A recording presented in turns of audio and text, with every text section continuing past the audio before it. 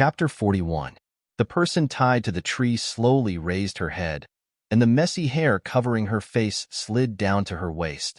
Xiaomu stealthily poked her head out and caught a glimpse of a pair of slightly upturned peach blossom eyes. Beneath the long eyelashes, the ends of the eyes were slightly upturned. At first glance, the eyes were rippling with water, and the pitch-black pupils were very good-looking when they were upturned. However, upon closer inspection, the depths of the eyes were clearly flickering with the cold gleam of a blade. Looking at his age, he was no more than 12 or 13 years old.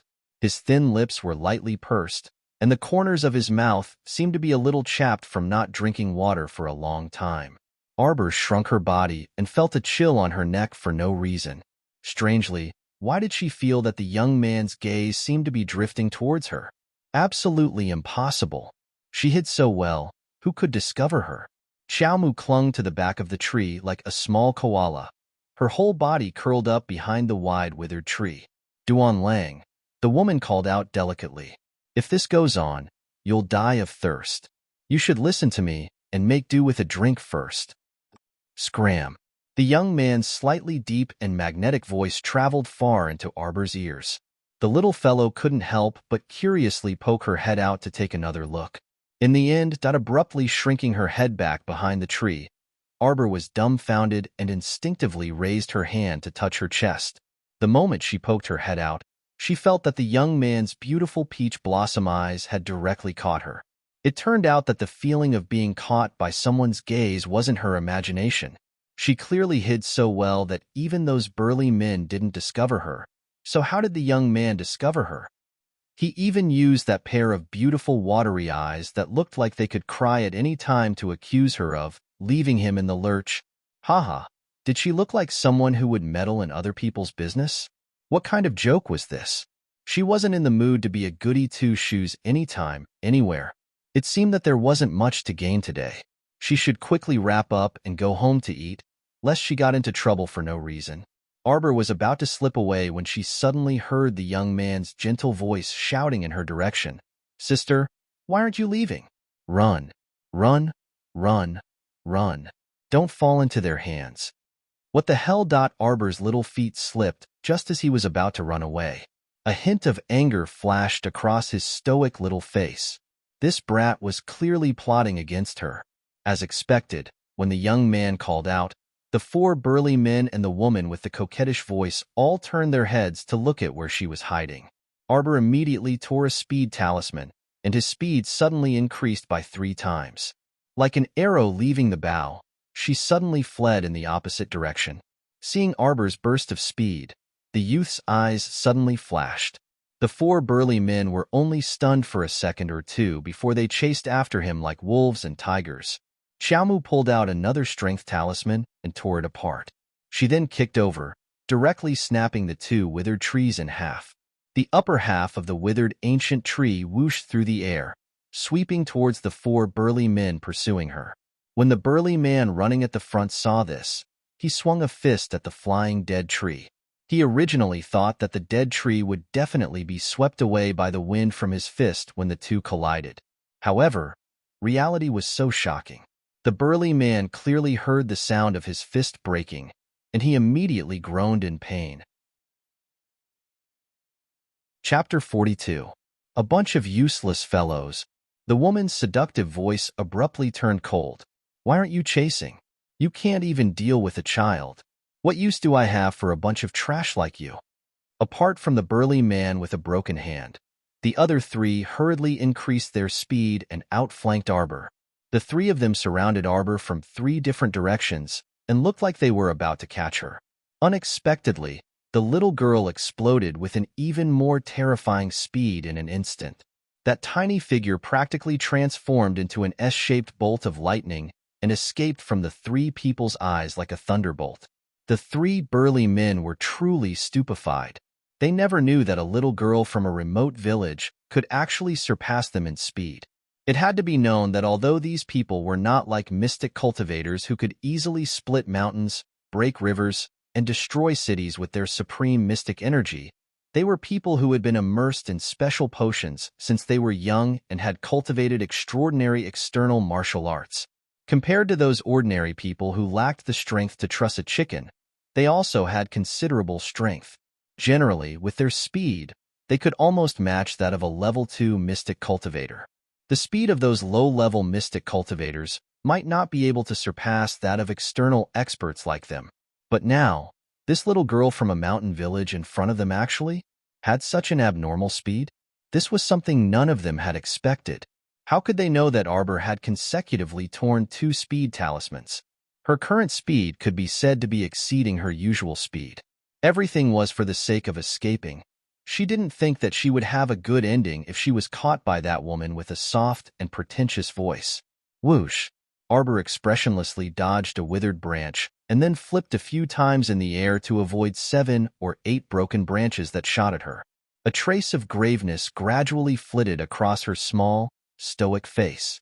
Ha ha! A familiar sharp laughter sounded behind her, causing goosebumps to rise all over her body. Arbor turned around and coldly met the woman's upside-down eyebrows. That woman was definitely not a beauty. Looking at her age, she should be more than 50 years old. She was wearing a bright pink dress, and her hair accessories and makeup were green and purple. She was dressed like a young girl, which was quite eye-catching. Arbor hadn't seen the woman's face before. Now that he saw her face, he almost threw up last night's dinner. How could such an Annie have the nerve to call a 13-year-old boy Duan Lang? Xiao Mu's small face was stoic as she looked at that woman, her eyes full of disapproval. Not running anymore? Little sister. The woman swayed her hips and giggled as she walked towards her. Oh, let me see. You're really a pretty little girl. The woman stepped forward and extended the sandalwood fan in her hand towards Arbor's chin. Arbor immediately took a step back from the strong fragrance, and his hand that was rubbing his nose paused. Achoo! Arbor looked at the woman with disgust and stepped back again. Go away. You stink. Stay away from me. Also, I'm not your little sister. At your age, you can be my grandma. Don't pretend to be young. It's too fake. You're not young at all. The woman's face, which was full of fragrant powder, seemed to have split open in the middle. The charming smile on her face completely disappeared in an instant. She had such a stoic face, but her tongue was so vicious.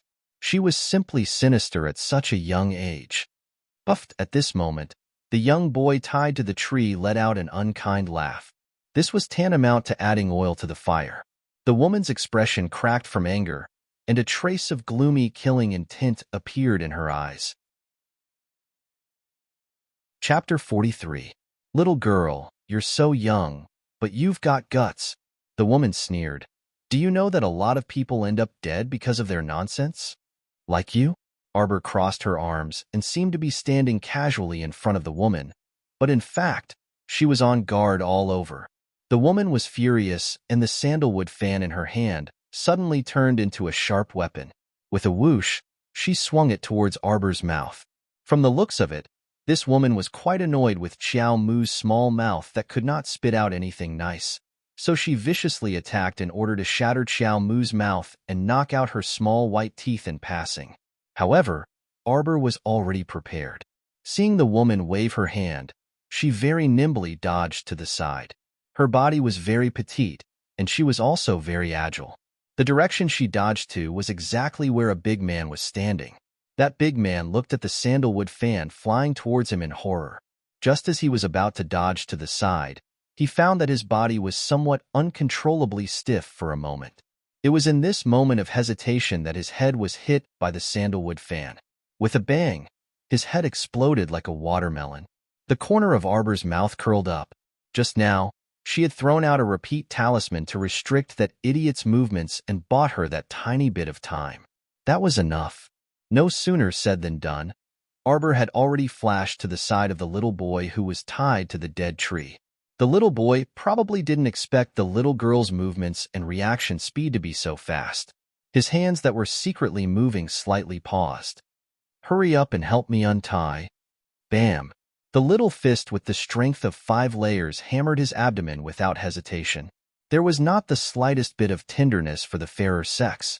Just like that, a young man with a face as beautiful as jade was hammered by the little fellow's fierce punch. Together with half of the withered tree, he fell heavily to the ground with a thud. If one had to use 2 words to describe the young man's mood at this moment, then it would probably be fuck. Heavens. The young boy was not in a good mood. Throughout the entire country, from the age of 80 to the age of 8, there was not a single female creature that could resist his smile. However, this young man was actually being cruelly destroyed by a stinky girl. If it wasn't for this ferocious punch that caused his internal organs to flip around, causing him to still be in pain, he would have thought that he was dreaming just now. This wretched lass, how could she be so ruthless and cruel? However, now is not the best time to seek revenge on this damn child. The young boy struggled to get up from the ground. His hands were still firmly tied to the dead wood, but there was a black bead the size of a pigeon egg between his fingers. He turned around and threw the black bead in the direction of the delicate woman. At the same time, he quickly ran forward. A piece of rotten wood was erected above his head. Looking at his back, it was extremely funny. It was as if he was carrying a flagpole, but his running speed was not weak. Boom! Half of Hullen Mountain was awakened by this tremendous tremor. Many villagers of Quoto village ran out of their houses in fright. They looked up in the direction of Hullen Mountain, not knowing what had happened. What was that? Arbor couldn't help but ask. However, the young boy turned his head with a horrified expression and coincidentally met her expressionless little face. You? Fuck. She was caught off guard and didn't faint from the huge commotion just now. Even if he took 10,000 steps back, his speed was already at the limit. How could this damned child keep up with him? Chapter 44. Help me untie the rope. The youth with the flagpole on his back turned his head and said with a depressed expression. Arbor turned a deaf ear to him. Following his footsteps, she dashed left and right. The youth's expression once again became a little frightened and surprised. How could this strange child be so clever? His footsteps were so changeable, there was basically no pattern to his left, right, front, and back. The most frightening thing was that this child could actually catch up to him at such a young age. Right now, he simply didn't have time to think of a way to throw her off. The core ravaging thunder just now had only slightly obstructed the footsteps of that which from the Coitus sect. Right now, the only way to completely escape the Coitus sect's encirclement was to quickly enter the secret land. Arbor followed the youth, her eyebrows slightly furrowed. She didn't have to follow this person, but the movement just now had attracted a lot of footsteps. They were being chased from all directions. Looking at the situation, there really were quite a few people chasing this youth. She could very well abandon this unreliable youth and escape on her own, but right now, everyone was surrounding them to catch them. If she wanted to escape at this time, she would be even more conspicuous. Most importantly, she had a feeling that these people might have come for the Peach Garden's secret realm. Whoosh, whoosh, Arbor looked at the youth's back in surprise. He passed through 2 rows of intersecting dead trees and disappeared from her sight in an instant. Her eyes flashed and she hurriedly chased after him. When she passed through the dead trees, she felt as if her whole body had touched a layer of furry water membrane. In the blink of an eye, she passed through. What entered her eyes was a disorderly row of stones. Tall, short, big, and small. They were piled up everywhere without any pattern. It was as if she had entered a stone forest. At a glance, the sky was covered with stones, and there was no end in sight. Arbor's gaze fell on the youth in front of her. She saw him suddenly turn around, his long black hair slightly moving up and down. A pair of devilish peach blossom eyes stared at her. Hey! Xiao Mu was currently inspecting her surroundings. When she heard his low voice, she merely turned her head to glance at him before shifting her gaze elsewhere. Hey, little demon! The young boy raised his voice slightly and strode to her side. He gently shook his hands that were tied to the withered tree trunk behind him. In any case, we are now considered allies. Help me untie this. Arbor slowly approached him. Suddenly, without any warning, he summoned the feral ink from his conscience. He stepped forward and gave him a ferocious slap without any explanation. Pa! A crisp sound rang out as the black feral fiercely slapped the latter's back, causing the youth who was caught off guard to stumble forward and almost fall headfirst onto the ground. The young man felt like vomiting blood at this moment. He had never seen a child as savage as Xiao Mu, a soft and cute little girl with a heart as black as iron. This little rascal in front of him was probably the perfect description. Ouch, ouch, ouch, ouch, ouch. The young boy was suddenly pressed down by Xiao Mu, who had pounced on him. Her knees were pressed against his waist, and her left hand was tightly tugging at the rope that bound him. The black ferrule in her right hand was already touching the back of his head. Don't move. The young boy froze pitifully. Please, he didn't move at all, all right? What's your name? Xiao Mu shouted. Their current posture was a bit strange. If it weren't for the current difficult situation, the young boy would really want to laugh. Your silly and cute voice doesn't have any deterrent power at all. Do on you. The young boy put on the appearance of a little white rabbit that would allow anyone to bully him. He pitifully twisted his neck with all his might and looked at her with a pitiful gaze. I'm a good person. You don't look like one. The young boy almost broke down on the spot. Chapter 45. Ma. Troublesome. Could she not keep pressing against his waist bones in the same position? It really made people feel uncomfortable. Duan Yu turned his head, his peach blossom eyes brimming with moisture. He really did look a bit pitiful and pitiful. Unfortunately, the one facing him was little classmate Arbor. This little fellow didn't feel anything at all. Even if the other party's eyes kept shooting electricity at her as if they could talk, it was still useless. In her eyes, it was all the same whether one was good-looking or not. She stood up and tugged at the rope on the youth's hand. She pulled him up as well and walked 2 steps forward with a tug on the rope. Duan Yu was frantic on the inside. His hands were tied to the wood, so he reluctantly walked 2 steps and tugged at the rope behind him. Hey, little miss, can't we negotiate? Arbor's eyes flashed with anger, and she abruptly raised the ferrule in her hand. Wanna resist? Don't. Duan Yu hurriedly blocked with his hands. His eyes hid behind his hands as he looked pitifully at the little girl. Don't hit. Let's talk nicely. Arbor tugged at the rope on his wrists. It looked like an ordinary brownish-yellow hemp rope, but it could bind his hands so that he couldn't break free no matter what. It could be seen that this wasn't an ordinary hemp rope. This is a mystic weapon? Arbor cast him a sidelong glance. Duan Yu's eyes flickered. He wondered who this little girl was.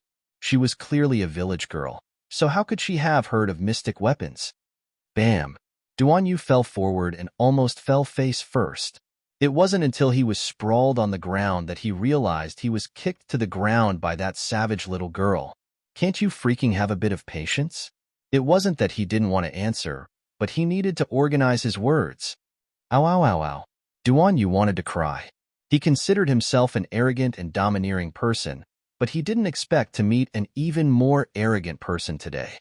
A load of nonsense. Find. Duan Yu. Mother, when did he speak nonsense? He hadn't spoken more than 5 sentences from beginning to end. Find? What? Duan Yu had just expressed, I don't understand your words, expression when he was greeted with a round of punches. The little girl really didn't hold back. Her fist was aimed at his handsome face, which was enraged by the heavens. Duan Yu was so angry that he almost couldn't catch his breath and fainted.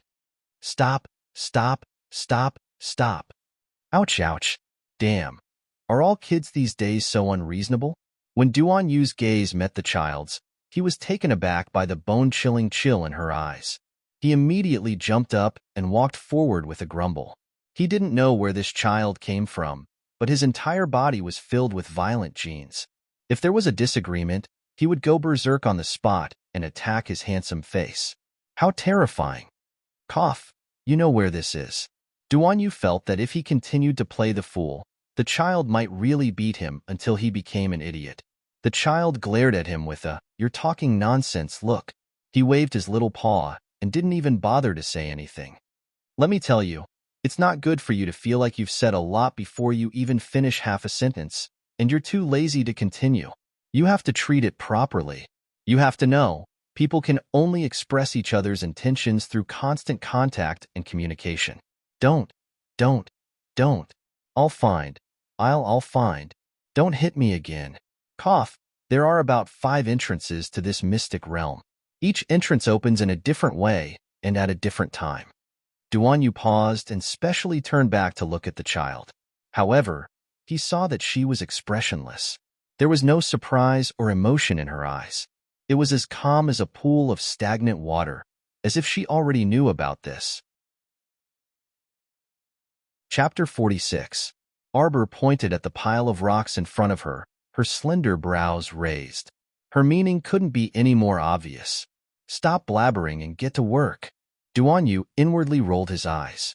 Not only did this little lass viciously order people around, but she also didn't allow them to talk too much.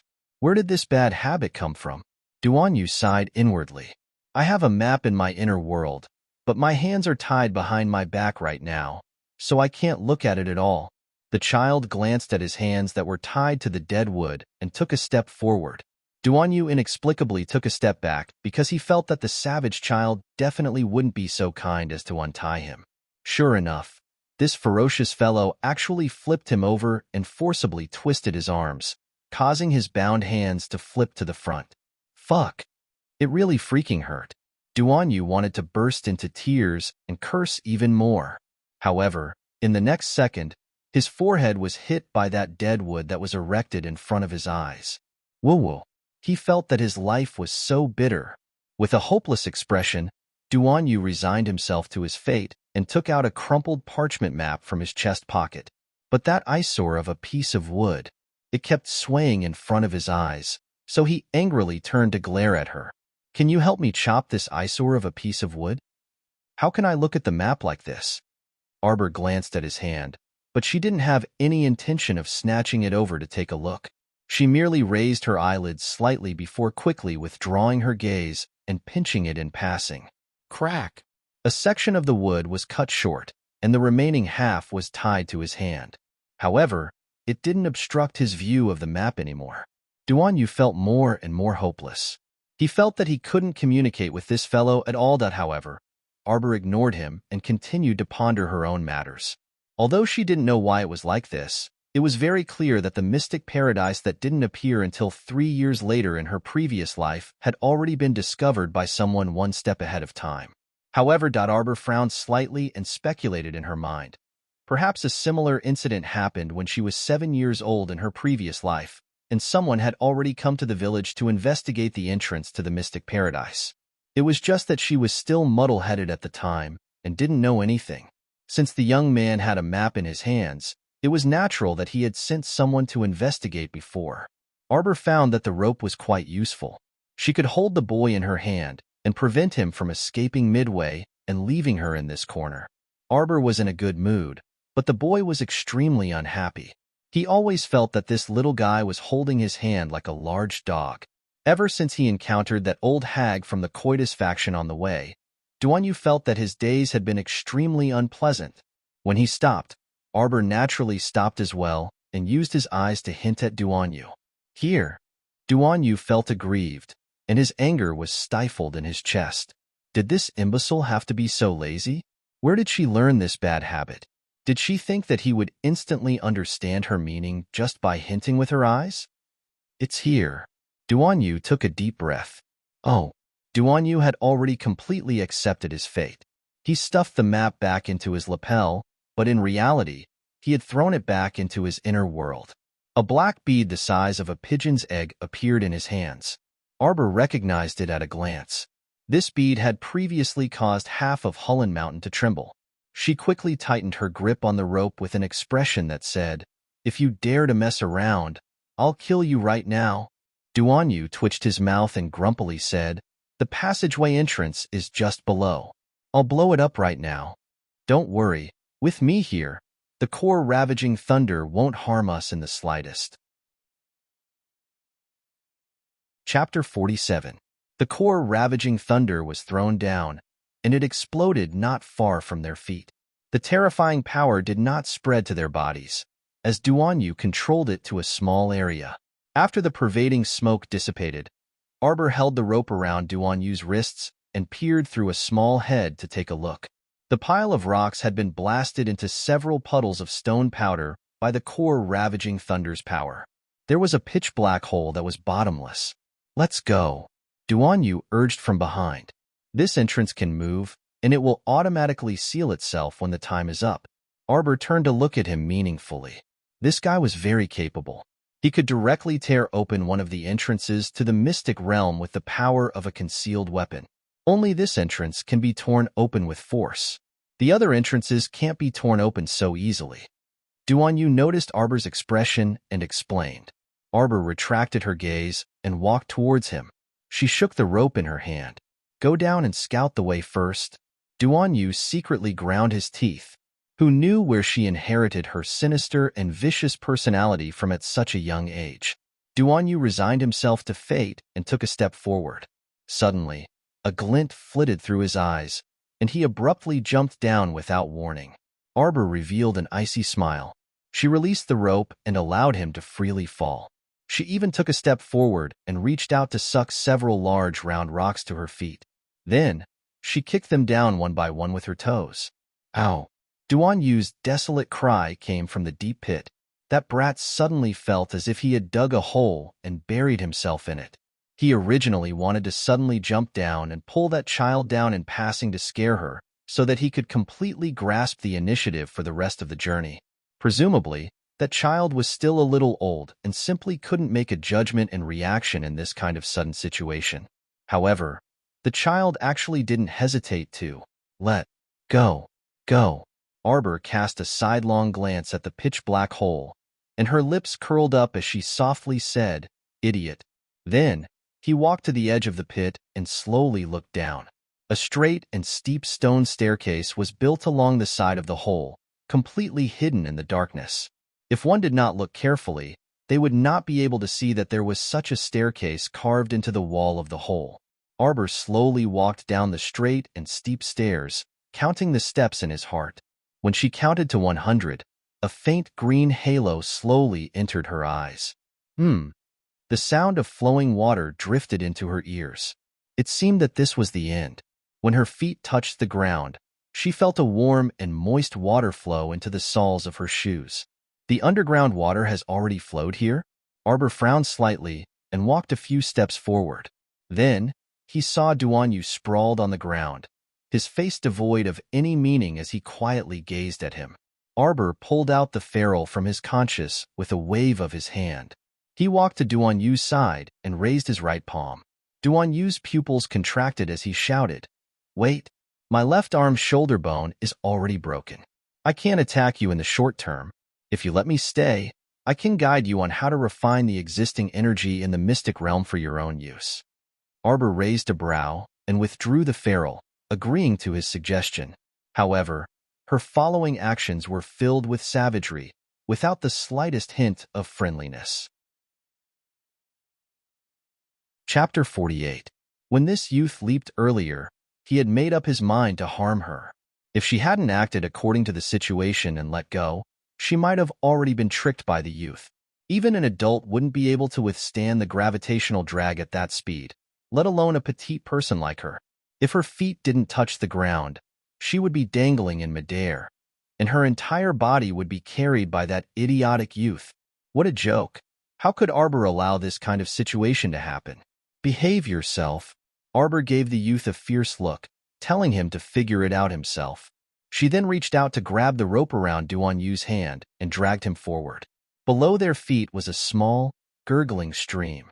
The water wasn't wide, but it meandered for a long distance.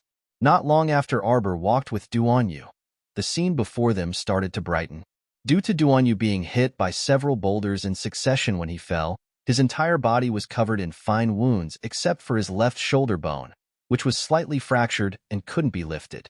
It could be seen how ruthless this little girl was back then. She didn't give him any face at all.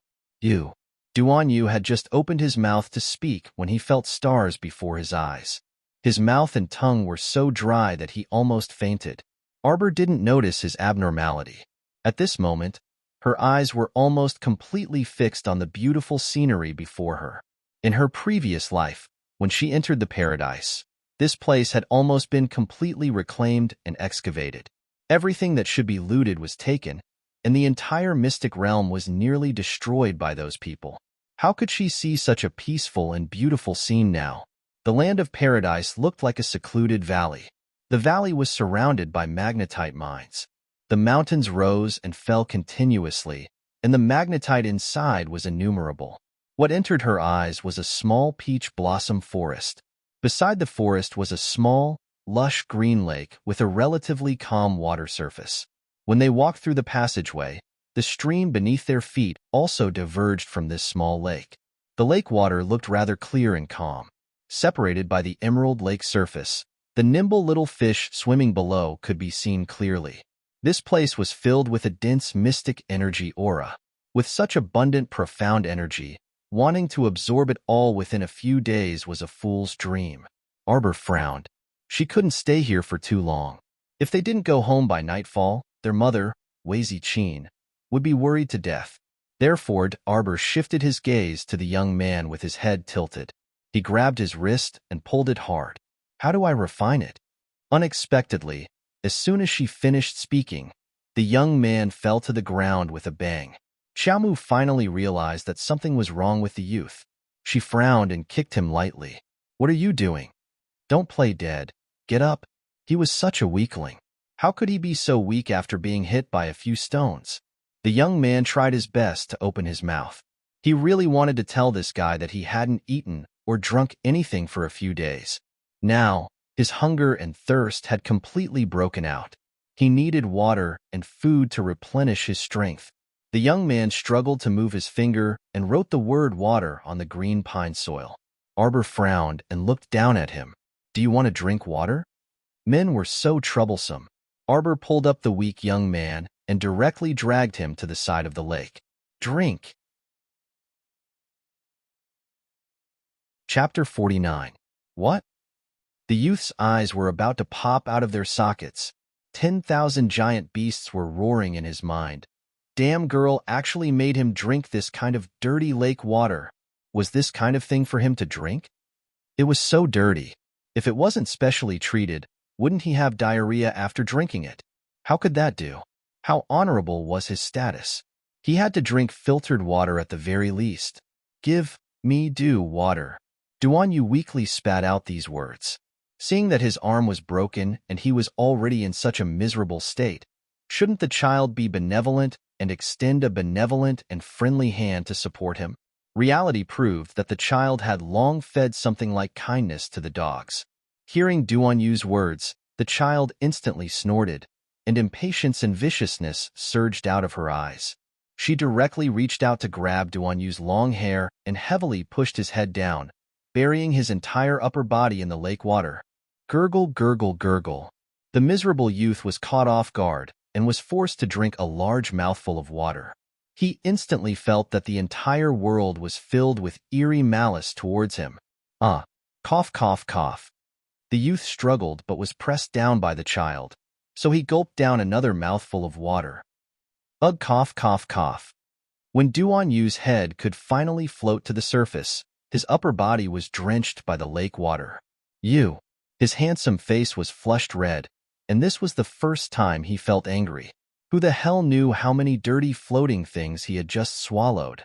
Who the hell knew if these things would overturn his stomach and cause him to be in so much pain that he wished he was dead? Arbor indifferently glanced at him, unable to conceal the disdain in his eyes. Are the people from your village also careless? Do you know that I've never drunk this kind of dirty lake water since I was young? He was simply infuriated to death. Arbor finally understood why this guy was suffering from dehydration.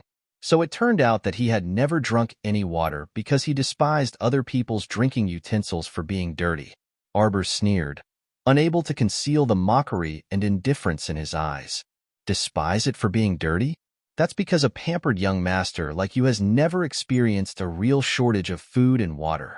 When you're at the last moment of your life, even if it's a piece of dried tree bark in front of you, or a bit of dirty water, you'll still eat and drink it. How can you be so unreasonable, kid? For survival. Arbor interrupted the boy's words.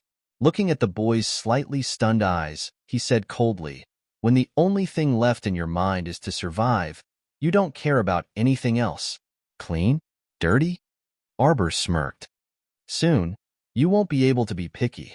In the later stages of the zombie disaster in her previous life, the entire water source was destroyed, and it was difficult to find a clean water source on Seekong planet. No one could withstand this impending disaster. Pick? Arbor sneered. Before picking, one had to have the strength and life to pick. If the water at the bottom of such a clear lake was dirty, then what about those people who could even drink muddy water in the later stages? Duanyu stared at the child in a daze. He felt that when the child said these words to him, the iciness hidden in the depths of her eyes was so sharp that it could freeze everything. She seemed to be looking at him, but it also seemed like she was looking at the near future through his face. Her indifferent eyes contained a trace of indifference and numbness. Duanyu took a deep breath and suppressed the anger that was about to erupt in his heart. Just as he was about to speak, an arrow carrying a gust of wind pierced through the air and shot to his feet. Chapter 50. Ha ha. Goosebump-inducing laughter once again reverberated through this valley. A woman in a gorgeous peach-pink dress slowly appeared in front of them with a grin while waving the sandalwood fan in her hand. Following behind her were 20 to 30 people of all ages, both men and women. Brother Duan, thankfully you were leading the way, so we were able to find the mystic realm so effortlessly. Your Duan clan is truly worthy of being a hidden weapon scout patrician family that has been passed down for generations. Your grasp of information is truly accurate, ha ha ha. The woman blew a kiss in Duanyu's direction and winked cutely with a smile. Arbor's small face stiffened slightly, and she resisted the urge to vomit as she turned to look at Duanyu, who had an unsightly expression. You were the only one dilly-dallying over there. Now that they've caught up, hurry and take out that whatever thunder and give them one. The little girl nodded at Duanyu with her chin and used her threatening gaze to tell him to hurry up and do as she says. Duanyu cried uncontrollably on the inside. Sister, do you think that core-ravaging thunder is a cabbage that can be found on the street and can be found as many as you want? It was very difficult to manufacture this kind of hidden weapon with great lethality. He only had 2 on him, and he had already used them all up.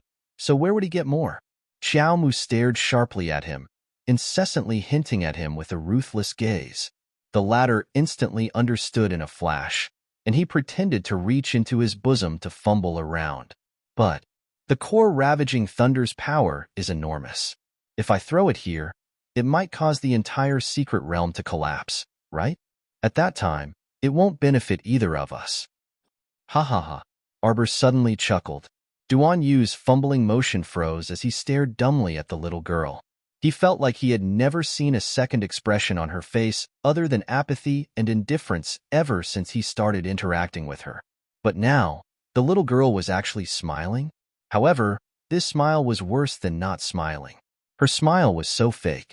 She only let out a small chuckle, and her expression remained stoic without any change.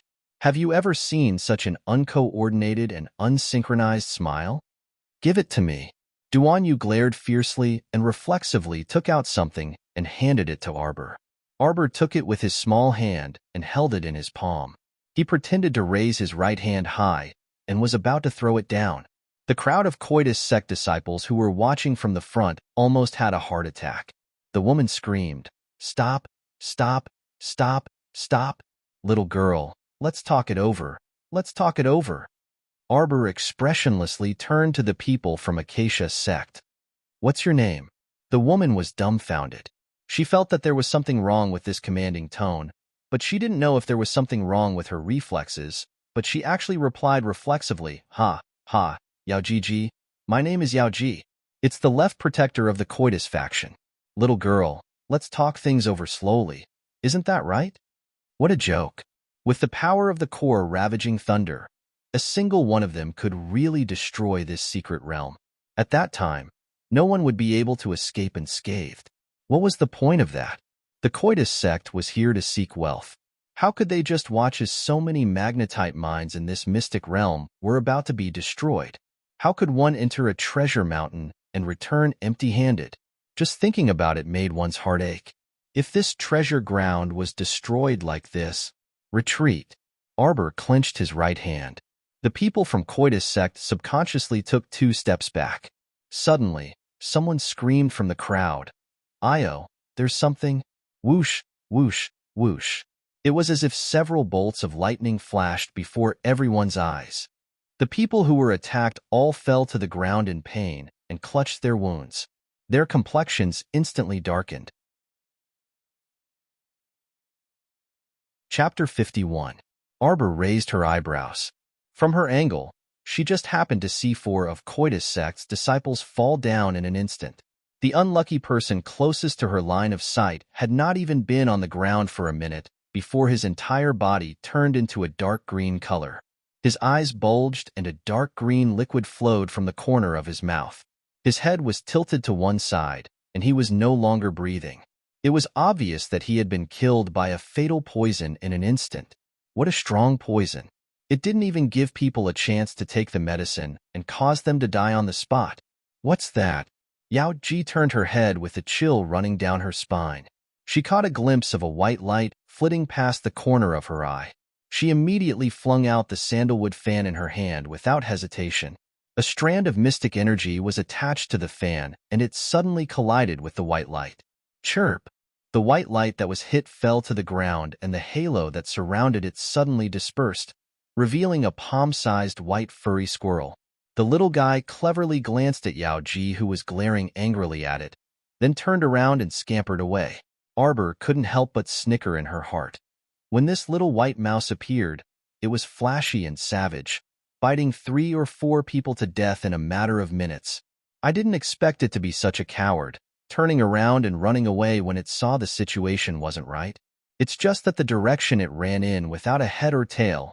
Yao Ji gnashed her teeth. She grabbed the sandalwood fan that had flown back into her hand and chased after the white squirrel with 2 leaps. She once again attached mystic energy to the sandalwood fan in her hand and attacked the little white mouse's head with lightning speed. Arbor took a deep breath and suddenly raised the black ferrule that slid out of her sleeve, blocking Yao Ji's attack head-on at an extremely fast speed. The moment the 2 forces collided, the black ferrule in Arbor's hand emitted a strong black halo and blocked Yao Ji's attack with a bang. Arbor's small hand that was tightly holding the ferrule was covered with tiny beads of sweat. She lowered her head to look at Inky in her hand and happily stroked it. Inky seemed to feel the little girl's joyous mood, and a layer of black mist floated on its surface. If it wasn't for Momo's strength, she would have definitely been sent flying by Yao Ji's charge. The moment the 2 of them came into contact, Arbor could clearly feel that the cultivation of the woman in front of her was not just a little bit higher than hers. Momo had blocked 80% of the power for her, and she had blocked the remaining 20%. However, her hand that was holding onto Momo still felt a faint pain. It was clear how strong that woman was. Arbor could feel the strength of the enemy. His heart was filled with fighting spirit, and his eyes shone brightly. Yao Ji's eyes widened in an instant as she stared at the little girl in front of her in shock. How could that be? She was well aware of her strength. She was a genuine peak level 7 mystic cultivator. With her cultivation, she could see through her opponent's cultivation with a glance. She was merely a level 3 mystic cultivator. He had not even reached rank 3 lower tier, but why? A level 3 mystic cultivator could actually block an all-out attack from a peak level 7 mystic cultivator? What kind of joke was this? Who would believe such a thing? Chirp! The little white mouse's eyes that were the size of croton beans revealed a human-like glint of tears. It stretched out its 2 short forelimbs and bounced toward Arbor with an expression of a savior asking for a hug. Arbor was momentarily speechless. The little white mouse reacted extremely quickly and swiftly climbed up Arbor's white skirt. After it reached Arbor's back, it buried its head in Arbor's hair and rubbed back and forth. Chirp chirp. The little white mouse grabbed a strand of Arbor's long hair and swayed its fluffy tail with an inexplicable expression of intoxication. Chapter 52.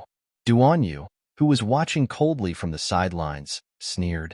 He dared to bet his 12 years of life that the little girl's motive for attacking definitely wasn't to save such an unimportant and adorable white mouse. In reality, because the little white mouse was fleeing in the direction of Arbor and Yao Ji's mystic energy was rushing toward her, Arbor didn't have time to consider too much. She could only meet the attack head-on in order to block it without suffering any injuries. She was merely saving the little white mouse in passing at this time. Arbor's face was stoic as she pulled the little white squirrel from her back to her eyes in disdain and casually tossed it aside. With a whoosh, the pitiful little mouse was immediately tossed away by a certain child, and it was carried away by the wind. Dunyu's mouth twitched. He really didn't want to ridicule this savage child. Shouldn't a normal little girl be very happy to see such a furry and adorable creature? It was obvious that this black-hearted person wearing the skin of a little girl in front of him wasn't a little girl at all. Chirp, squeak, squeak. The little white mouse's bean-sized eyes were brimming with pitiful tears as it quickly hopped back. It followed the hem of Arbor's clothes and used its two short front paws to grab onto a corner of her clothes. Arbor looked down and saw that clever little white mouse using its small, black eyes to look at her like a human. It swung around while tugging on the corner of her clothes before jumping onto her waist and slipping back onto her shoulder with a swish. Arbor was baffled. Where did this lively little white mouse pop out from? From her knowledge in her previous life, there were generally two types of mystic realms. One type was a mystic realm of inheritance set up by an otherworldly expert, a grotto heaven or an immortal's abode. These types had ferocious beasts placed inside to guard the mystic realm and test visitors. The other type was the one in front of her. It was naturally nurtured by heaven and earth and formed naturally after hundreds of years of spiritual energy. Before an outsider opened the mystic realm, this was a small world that was completely isolated from the outside world. There were mostly ores and spirit wood, and living creatures were rare. Unless it was a mystic realm that formed after thousands or tens of thousands of years and formed its own natural laws, it could form a complete living world. At least, she had never heard of a poisonous squirrel appearing in this mystic realm in her previous life. Squeak, squeak, squeak. The little white mouse jumped excitedly on her shoulder. It blinked its small black eyes, and a fawning expression appeared on its furry little face.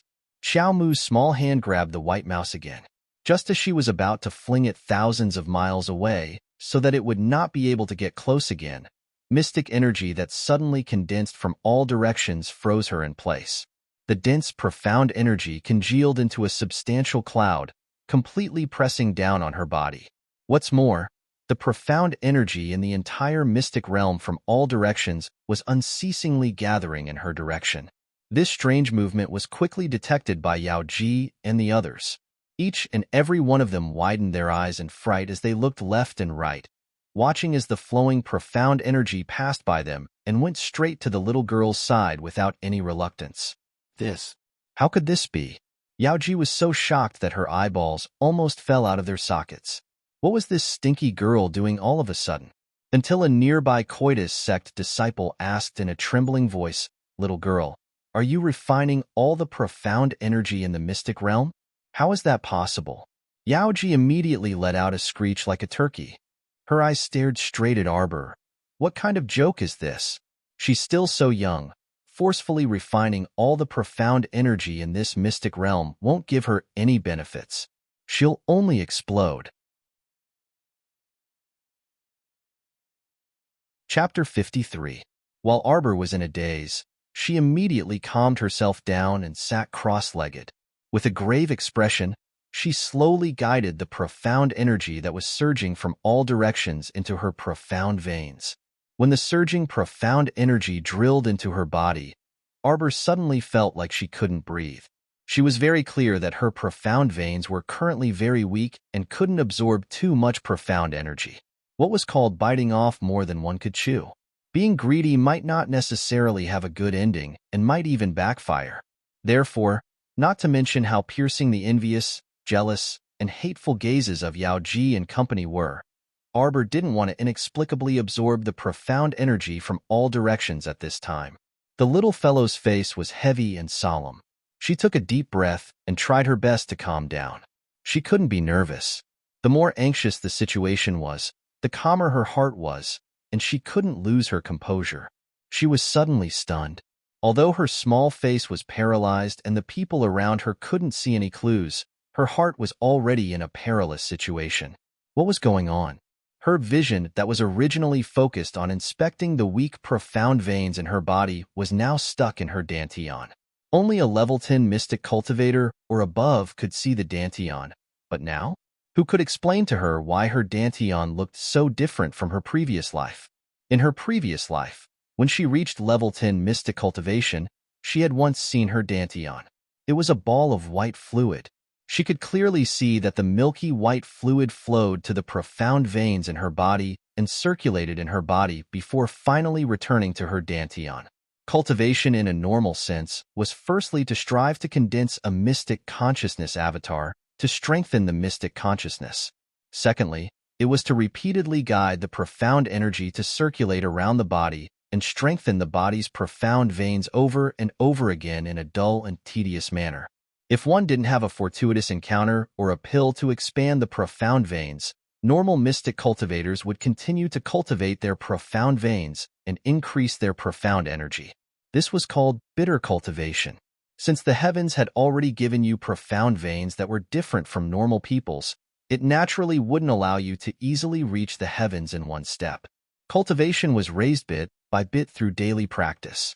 Her normal profound veins in her previous life actually mutated in this life. Now, no one could tell her why her dantian felt like it was pitch black when she looked at it. It was as if there were stars twinkling in it.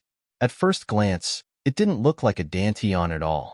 Instead, it looked like an inexplicable starry night. What was even stranger was that Arbor stared at his dantian in a daze. There seemed to be a thin and weak little tree growing inside. It looked weak and could fart at any time. But whose dantian could grow trees? What was the meaning of such a strange thing? Arbor felt that her little brain wasn't enough. She felt like she was about to explode on the spot. Was it okay for this tree to grow in her dantian? No wonder her profound veins were so much weaker compared to her previous life. Could it be that all the profound energy in her body had been absorbed as nutrients for this tree? Xiaomu suppressed the urge to go berserk and took a deep breath to calm herself down. However, she didn't know that while she was able to calm down when she closed her eyes to study her dantian, the people from the coitus sect around her couldn't remain calm. Duanyu also widened his eyes and stared fixedly at Arbor as if he was looking at a monster. In less than 5 minutes, Xiao Mu's petite figure had already been enveloped by large lumps of dense mystic energy, and her tiny figure could no longer be seen clearly. A certain disciple from the coitus sect was unwilling to give up and wanted to break through the profound energy barrier to stop Arbor from absorbing the profound energy. However, he was flung away by the eruption of profound energy when he reached the large masses of profound energy. He couldn't even get close to Arbor, let alone get close to her. Chapter 54. That dantian, which resembled a galaxy, was currently endlessly absorbing the rich mystic energy that poured into it like a tide. Arbor could even see that unreliable sapling stretching out its thin branches in great comfort. How infuriating! The mystic energy that she painstakingly cultivated was all absorbed by that sickly tree. It ate meat in big mouthfuls and didn't even leave her a mouthful of soup. Where was the justice in this? Arbor was overwhelmed with grief and indignation. She simply forgot that the mystic energy that was pouring in from all directions wasn't the result of her painstaking cultivation. It was simply a freebie. Moreover, there was no data that indicated that the mystic energy that she painstakingly cultivated day and night was all absorbed by the sapling. The sapling expressed that it wouldn't take the blame for this. Duanyu opened his mouth, and his gaze met the old hag from the coitus sect before shifting away. Sitting down openly at this time and crazily absorbing the profound energy here in front of everyone from coitus sect, only this savage girl would be able to do such a deranged thing. Duanyu was completely unaware of Arbor's suffering. Arbor was still feeling bitter inside. She was forced to absorb the mystic energy purely to nourish the sapling. Who could she find to reason with? Yao Ji and the others were the most infuriated. They originally wanted Fong to take the mystic energy here for her own use, but now to know, no matter how little mosquito meat there was, there should at least be some. Yao Ji promptly sat down cross-legged, looking like she was about to enter a cultivation state immediately. The coitus sect disciples looked at each other before glaring covetously at Duan Yu across from them. 15 minutes later, Yaoji angrily flung her sleeves and stood up because she discovered that she was purely wasting time. She sat there for half a day, yet she didn't even absorb a drop of mystic energy. This was simply inconceivable. She originally thought that the damn girl would explode and die in a few minutes, but in reality, it didn't happen. After such a long time, the little girl still sat there perfectly fine and continued to absorb mystic energy. Yao Ji's eyes were filled with fury, and she threw a glance at her subordinates. Several coitus sect disciples braced themselves and rushed toward Arbor's figure that was enveloped in mystic energy. Their sabers flashed as they shouted angrily. Then that after those few unlucky bastards were blasted out by the dense profound energy, there was no more after that.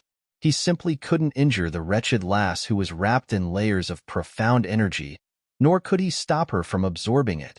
Yaoji was so depressed that she was about to die. She could only shift her gaze to the surrounding magnetite mines.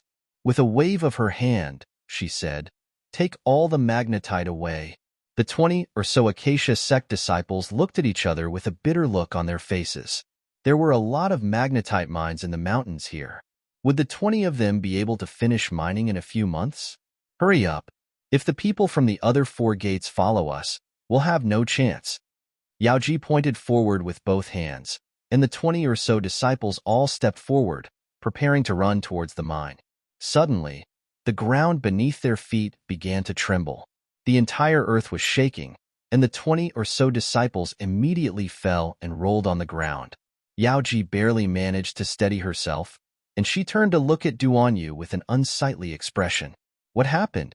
Duan Yu was also astonished. The paradise is about to collapse? What? Yaoji's face instantly turned green as if she had swallowed feces. What kind of joke was this? She hadn't even fished out a single strand of hair from the paradise. All right? How could this place collapse just like that? Then what about these magnetite mines? Ah, why did her heart hurt so much? Her magnetite. Chapter 55. Yaoji madly charged toward the magnetite mine, and the 20 or so subordinates couldn't stop her.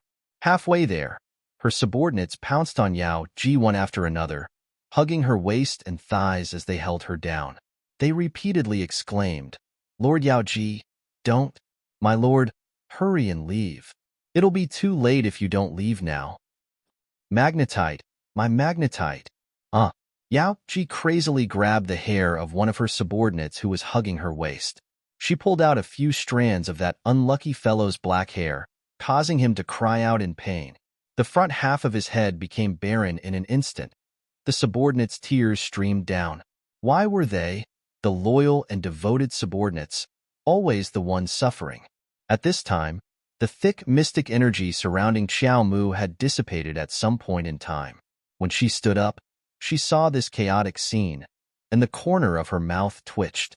They were all so old, yet they didn't have any sense of modesty. Arbor silently disdained the chaotic crowd and completely ignored the dumbfounded Duan Yu beside her. You. Duan Yu gulped. When he saw that Xiao Mu didn't look at him from beginning to end, he involuntarily swallowed his words. Such a devilish little monster actually appeared in such a small and lousy village. Could it be that she was some reclusive senior's final disciple? Lord Yaoji, you can't go. The coitus sect subordinates hugging her thighs bitterly and silently shed tears. Lord Yaoji had stomped countless times on their backs. Yaoji held her head and howled in heartache. Her neat and elegant hair was messed up by her hands, and her head of pearls and jade was also crooked. Let's go. Yaoji recovered her clarity at the last moment and fiercely glared at Arbor. She turned around and led the coitus sect disciples toward the tunnel they came from.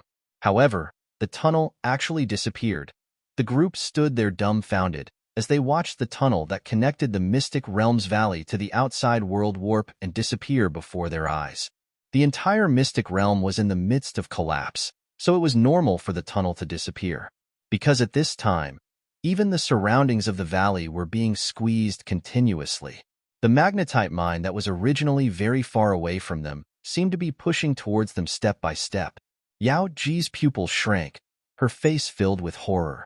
The speed at which this secret realm was collapsing was too fast. In less than a few minutes, the magnetite mines around them had already pushed in front of them.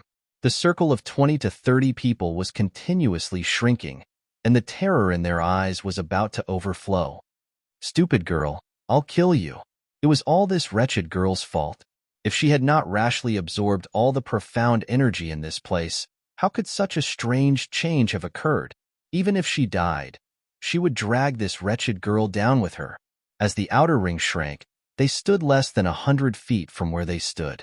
Before they knew it, Arbor and Duanyu had arrived beside Yao Ji and the others. Yao Ji could reach out and pat Arbor's back, and Arbor was carefully looking at the peach blossom forest and lake that were evaporating bit by bit as the secret realm collapsed. Sigh. She let out a long sigh. In her previous life, the paradise that produced so many fresh and juicy peaches was destroyed just like that. Her heart also ached. Originally, she could have used it to temporarily avoid disaster, but now it was completely gone. While she was pondering, Yao Ji's sinister face and mystic energy-covered palm approached her from behind. Arbor was about to dodge when he suddenly heard Yao Ji and the others shriek. When he turned around, he saw more than 20 people falling down like dumplings. A large hole had opened up in the ground at some point in time. Arbor glanced at it and suddenly felt the air beneath his feet as he also fell down. Squeak, chirp chirp. The white squirrel panicked when it saw Xiaomu running away, and it pounced on her in a panic. Chapter 56. The dozens of people's moods rose and felt like they were on a roller coaster. They thought they would be paralyzed from the fall, but they landed on the ground in the blink of an eye. They returned to the stone forest where they entered the mystic realm. A bunch of people rolled around defenselessly, their bodies bruised from all kinds of hard rocks. Xiaomu was quite lucky and plopped down on the back of Duanyu's head. She looked up at the sky in confusion. She reflexively extended a fair and tender hand and watched as a round, fist-sized pearl slowly fell into her hand. The youth's face turned green on the spot. He arched his head, and his handsome face flushed red. Arbor quickly patted his butt and stood up. Duanyu stood up as if there were springs under his feet and angrily glared at Xiaomu. The child ignored him and looked down at the pure white pearl in her hand. Her eyes gradually narrowed. So strange. Why did she feel like there was a peach blossom forest and lake water inside this transparent pearl? It looked quite familiar, like a miniature version of the paradise. Xiaomu shook her small paws and turned the pearl upside down. She felt very magical as she watched the dark green lake water slowly ripple inside the pearl. This is the paradise's refinement? Duanyu's eyeballs were about to fall out as he stared at Xiaomu in bewilderment. What are you doing? How did you do it? He thought this child was only refining and absorbing the mystic energy inside the paradise. He didn't expect her to be so deranged as to refine the entire paradise. This method of directly refining a mystic realm only existed in secret histories. Duanyu had once read about it in an ancient book, but it was completely different from seeing it with his own eyes. No wonder the paradise was collapsing. Think about it. The entire paradise was refined by the child. So how could it not collapse? What reason was there for it not to collapse? The child looked back at Duanyu with a, "I don't know, I didn't do it" expression, leaving him speechless. This child couldn't be the incarnation of some old monster, right? The paradise has been refined. Yao Ji reacted in an instant, unable to conceal the greed in her eyes. She grabbed the bead in the child's hand with one hand and struck the child's chest with the other. Arbor took a step back. His face was tense as he raised his black ferrule to block the attack. Boom! White mystic light scattered in all directions. Arbor forcefully suppressed his surging qi and blood and looked coldly at the shocked Yao Ji. This time, Yao Ji used the full strength of a level 7 mystic cultivator, but she still couldn't harm the child in the slightest. Yao Ji was shocked, and a shadow was cast over her heart. What are you waiting for? Hurry and untie them. Duanyu extended his bound hands to the child. This rope was quite interesting. No matter how hard the person who was tied up struggled, it was useless. However, an outsider only needed to gently pull at the knob to smoothly untie the rope. Arbor glanced at the young man and did not make things difficult for him. He pulled the rope from his hand and stuffed it into his pocket for his own use. As soon as Duan Yu regained his freedom, he took out a handful of nails and casually scattered them. Yao Ji spun around and retreated, her eyes furious. Just as she was about to regain her balance, a shadow suddenly swept past her like a black gale. Its 5 fingers formed a claw that was as pale as 5 chicken bones as it grabbed at Arbor's shoulder. Yao Ji's expression changed drastically, and she angrily shouted, "Ghost Saber, you dare to snatch in broad daylight." At the same time, Duan Yu reflexively jumped forward. Perhaps he was also a bit dumbfounded. Why did he rush out at this critical moment to shield the damn child and meet the Ghost Saber's claw head-on? Crack. Chapter 57. The poor youth's left shoulder bone was severely fractured by this black shadow's claw. Fine. Adding insult to injury was his own doing. Duan Yu was still dumbfounded. He truly could not understand why his blood rushed to his head, and he used his body to shield this stoic child. Especially when he turned around and saw the child's expressionless face, he chuckled. Xiao Mu's eyes flickered, and she took a step back. Only then did she clearly see the attacker. It was a middle-aged man dressed in black with a short beard. His small eyes emitted a vicious glint as he stared straight at the round bead in her hand.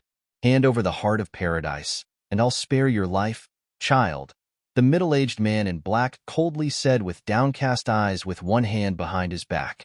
Arbor's lips curled up, and she abruptly tightened her grip on the bead. She raised her small hand, and a pure white mystic energy light emitted from her palm and tightly wrapped around the bead. The child's stupefied expression, coupled with that pair of ferocious eyes, instantly made people's hearts tremble. Duan Yu glanced at the man in black and scoffed. "You want to take back something that fell into the child's hands?" Duan Yu had to hand it to her for being so naive despite her age. "You can give it a try. Will you snatch it faster, or will I destroy it faster? At worst, we'll break up, and everyone can forget about it," the child said coldly as she stared at the man in black. Even though the large group of sect disciples brought by the man in black were glaring at her, the child's expression remained stoic. However, her clear eyes radiated a vicious aura, and her back was ramrod straight. Her entire body exuded an aura of sharpness. "Good, good, good, good." The middle-aged man in black glared venomously at the child. "Child, you're ruthless enough. You have some guts. Then tell me, what conditions do you want in exchange for giving the heart of paradise to me?" "You can't give it to him. Ghost Saber. You old bastard. I was the one who discovered the paradise first, and your ghost sect wants to interfere. Don't even think about it. Humph. The treasure is here, so we'll rely on our own abilities. Yao Ji, although the treasure is good, don't put the cart before the horse and lose your life for some good stuff. You have to think carefully about whether it's worth it or not." Ghost Blade. Yao Ji was so angry that her eyeballs were about to pop out of their sockets. She was currently in a disadvantageous situation, and the number of subordinates she had was obviously less than half of Ghost Sect's. In addition, her own cultivation was not as high as Ghost Saber's, so she could only watch anxiously from the side. The child's bright eyes shone like pearls, 2 stars in the sky. Her gaze coldly fell on the group of greedy faces in front of her. Suddenly, she raised her small hand and directly threw the pearl into her mouth in front of everyone, swallowing it with a gulp. Duan Yu was dumbstruck as he watched from the side. This child seemed to be even more savage than he had imagined. On the other hand, Gui Dao, Yao Ji, and the others were caught off guard as well. When they finally reacted, their faces had turned green and distorted. Gui Dao pulled out the ghost headblade from his waist. He was so angry that he laughed and was about to attack. Arbor covered his abdomen with one hand and said coldly, "Do it. Do it. Do you believe that I'll immediately self-detonate and leave you with nothing? Not only will you not obtain the treasure, but you'll also have to die here with me. All of you will die here with me." Everyone looked at her, flabbergasted. Duanyu felt that the child's actions really refreshed his normal worldview again and again. Was she still a child? Huh. Was this level of savagery normal? Chapter 58. Ghost Saber released a murderous aura as he glared at the child in front of him. His clenched fists made cracking sounds. Kill me. Kill me. Come. The child took a step forward with every word. Her soft and adorable voice sounded abnormally vicious in everyone's ears. Not to mention Duanyu. Even the surrounding people's worldviews were refreshed again and again. They felt that this child's viciousness was abnormal. You don't dare to attack? If you don't dare to attack, then die. Don't block the way. Trash. The child sneered with contempt in her eyes. You. Ghost Saber was so angry that he wished for nothing more than to slap this damn girl to death. Ever since he became an elder of the ghost sect, he could do whatever he wanted. He had never been as sullen as he was today. Damn girl, you're too arrogant and don't know the immensity of heaven and earth. Ghost Saber shouted and grabbed at the child's slender arm with his left hand. Today, I'll let you know the difference in strength. Self-detonation? You don't have a chance. Huh. The distance between them was quite close, so Ghost Saber looked like he could easily capture her with this grab. Careful. Duanyu hastily threw out a concealed weapon, but Ghost Saber did not even look at it and blocked it with his arm. He was focused on capturing the child. It would not be too late for him to cut open her stomach and take out the heart of paradise after he captured this brat and ruthlessly tortured her. Whoosh! To his surprise, the child flicked out a rope and quickly wrapped it around Ghost Saber's left arm. Before he could react, the child fiercely tightened the rope in his hand and kicked off with his left arm. The little one easily leaped over and sat on Ghost Blade's shoulder. The rope wrapped around Ghost Blade's left arm and quickly wrapped around his body. With a tight grip, the little one grabbed Ghost Blade's arm in his palm. Ghost Saber's current posture was strange. His left arm was draped over his right shoulder by the rope, and Duanyu's nail had hit his arm. The child was facing him and happened to sit on the back of his hand. He was so angry that he raised his free right hand and was about to punch the back of the child's head. Bam! Child wasn't someone to be trifled with. She was one step ahead of him and slammed the ferrule on Ghost Blade's head. She quickly pressed the ferrule against his neck and said sternly, "Come on, let's see who dies first." All around him were stiff figures, and their eyes were wide open. Who could tell them? Who was the one who taught this ghost-like child? Was he born cruel or something? Gue Dao felt the sticky blood dripping from his head. It dripped down his forehead and landed on the child's body. The child, however, completely turned a blind eye to it. She still had that wooden little face, but her eyes were abnormally bright. "Old man, tell your men to go and kill those people." Yaoji's expression changed. "Don't play tricks. You know that. Perhaps I might not have been able to kill you just now, but now, we're so close to each other. Even if I can't kill them, I'll definitely drag you down with me." The child's eyes were inches away from his face. Ghost Blade felt like he could bite the child's head off like a ball if he opened his mouth. However, he couldn't move. Only now did he realize that the child's seemingly suicidal approach to him was actually a preemptive strike. The damn girl's intelligence was simply not proportional to her appearance, especially when she was right in front of him. Her eyebrows were bewitchingly raised as she leaned close to his face and whispered, "Have you died before? Do you know what death feels like?" For some reason, Ghost Saber felt chills all over his body, and a chill slowly crept up from the bottom of his heart. How was this pair of eyes like a living person's? Chapter 59. Ghost Blade's pupils dilated as he looked at the little girl in front of him. She made a sound that sounded like she was laughing, but her face didn't move at all, and there was no smile in her eyes. Her voice and expression were two completely different worlds. She was clearly a cute little girl, but she didn't have the slightest hint of softness and cuteness.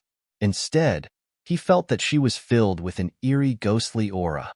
It wasn't an exaggeration to say that this child was more like a ghost than the members of the ghost sect. "What are you waiting for? Do it." A hint of impatience appeared in Arbor's eyes. Yaoji started to look nervous. Ghostblade, think carefully. Even if you kill us now, with this girl's inhumane and rotten personality, she won't give you the heart of paradise. Why don't we work together? Kill them. Arbor suddenly exerted more force on the ferrule and pressed it down on Ghostblade's neck. Otherwise, you'll accompany me to the hell of all evil. Don't be afraid. Hell isn't as scary as you think. It's just a bit empty, desolate, and silent. That's all. Ghostblade's body trembled. He didn't want to admit that he was actually scared by this ghostly girl in front of him. Little Jojo, you're being naughty again. Suddenly, an ethereal and gentle voice came close and reached her side in a moment. It was the voice of that god of plague. Student Arbor was a bit confused. Why did it feel like she was running into that god of plague everywhere? While she was thinking, her little body broke free of Ghostblade's grip and was pulled over by a strong suction force. She flopped twice and fell into a certain person's arms. Slap. The beautiful young man in white reached out his hand and slapped the child's buttocks heavily with a calm expression. His calm expression was completely inconsistent with his decisive action. Xiaomu even felt her but hurt from the force of the slap, and her old face instantly flushed red. What the hell? Adding up her 2 lifetimes, she was already more than 30 years old. Yet, she was actually spanked by a demonic young man in broad daylight. This? The heavens clearly showed where the human heart was. A certain child who was about to throw a tantrum turned his head to glare at the youth and kicked him with his leg. She didn't know why, but she always felt that this young man's smiling, gentle, and intelligent appearance was suppressing a violent heart. It was clearly a jade-like, handsome face that was like a spring breeze, but it actually made her feel the savagery and ruthlessness in the depths of his eyes, as well as the anger that surged along with it. The little kid was a little scared for no reason. Then, he became angry. How could he be scared? Thinking of this, he couldn't help but raise his voice. What are you doing? Let them kill each other. How do you want to end it after you've dealt with them? The young man's voice was gentle, completely ignoring the dagger-like glint in the child's deliberately widened eyes. Xiaomu looked at his smiling eyes and subconsciously swallowed her saliva. For some reason, she felt a little guilty. She then angrily flung her sleeves. What was she feeling guilty about? A certain child reacted quickly and glared at him angrily. What does it have to do with you? Pa. Her little but was hit again. The smelly brat's attack was even heavier than before. She was so angry that her old face turned ashen. Her little teeth rubbed against each other, and she wanted nothing more than to bite off the young man's slightly tanned neck. How dare he? Spanking her but again and again? Actually, there was no third way, but Xiaomu was really furious. Life isn't easy. You have to cherish it. Mo Lian stared at her with a solemn and serious gaze and stopped smiling like a spring rain. Chapter 60. He really couldn't understand how a child could be so ruthless and completely disregard her own life in such a desperate situation, especially when he heard her soft voice murmur, "Hell isn't as scary as you think. It's just a bit empty, desolate, and silent." He didn't know how to feel. What kind of courage and willpower did one need to truly disregard life and death? She was still so young. What exactly had happened to her that made her so indifferent to life and death? As for Arbor, how are you going to deal with them after you deal with them? In fact, she also knew that today's situation was almost a hopeless situation with no chance of survival. Her chances of winning were very small. If she made a mistake, she would die without a burial ground. Of course, she didn't plan to self-destruct. What she did before could only buy her some time. She wasn't afraid of death at all. She was just a bit unwilling. Of course, she didn't reincarnate to seek death. She wanted to live well. However, in that situation just now, even if she obediently handed over the heart of paradise, would this group of greedy people really let a child like her go? She was prepared to die, but if she took a gamble, she might still have a chance to live. At this moment, hearing this kid whisper in her ear, "Life isn't easy. You have to cherish it." Her heart couldn't help but tremble slightly. Although she knew this kid was worried about her, after being hit twice in a row where she shouldn't have been hit, the child's old face really couldn't swallow it. The child snorted and kicked him a few times. She looked down and saw that Crown Prince Lien's fine white robe had 7 or 8 black footprints printed on it. "Let go," the child said with a stoic face. Lien shook his head and hugged her even tighter. He patted her back twice. "That won't do. It's dangerous right now. I'll put you down after we've dealt with these people, okay?" Although Crown Prince Lien asked okay, his movements didn't seem to relax at all. He clearly didn't intend to let go. That okay was just a casual question. The child was so angry. She had spoken so much to that whatever blade from the ghost sect. Now that she thought about it, she felt as if she had used up all her energy. She really didn't have any desire to speak. So she simply glared at Crown Prince Lien and shut her mouth. "Didn't I say that you can look for me anytime if you need anything in the future? Remember to call me next time. For example, in such a dangerous situation. Isn't it just right to call me? Don't worry, we can get rid of these annoying fellows in minutes." Xiaomu really didn't want to ridicule him anymore. "Do you think you're a Shin beast that can run out and fight as soon as you're summoned?"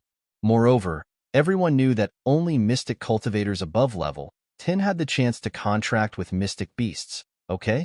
With her current cultivation as a little level 3 mystic cultivator, she should see reality as soon as possible. Lien smiled as she looked at the child's puffy cheeks. "You don't believe me? Look." His slender fingers slightly pointed upwards, and Arbor's eyes involuntarily looked up. His almond eyes, which were originally slightly squinted, suddenly widened. Fire?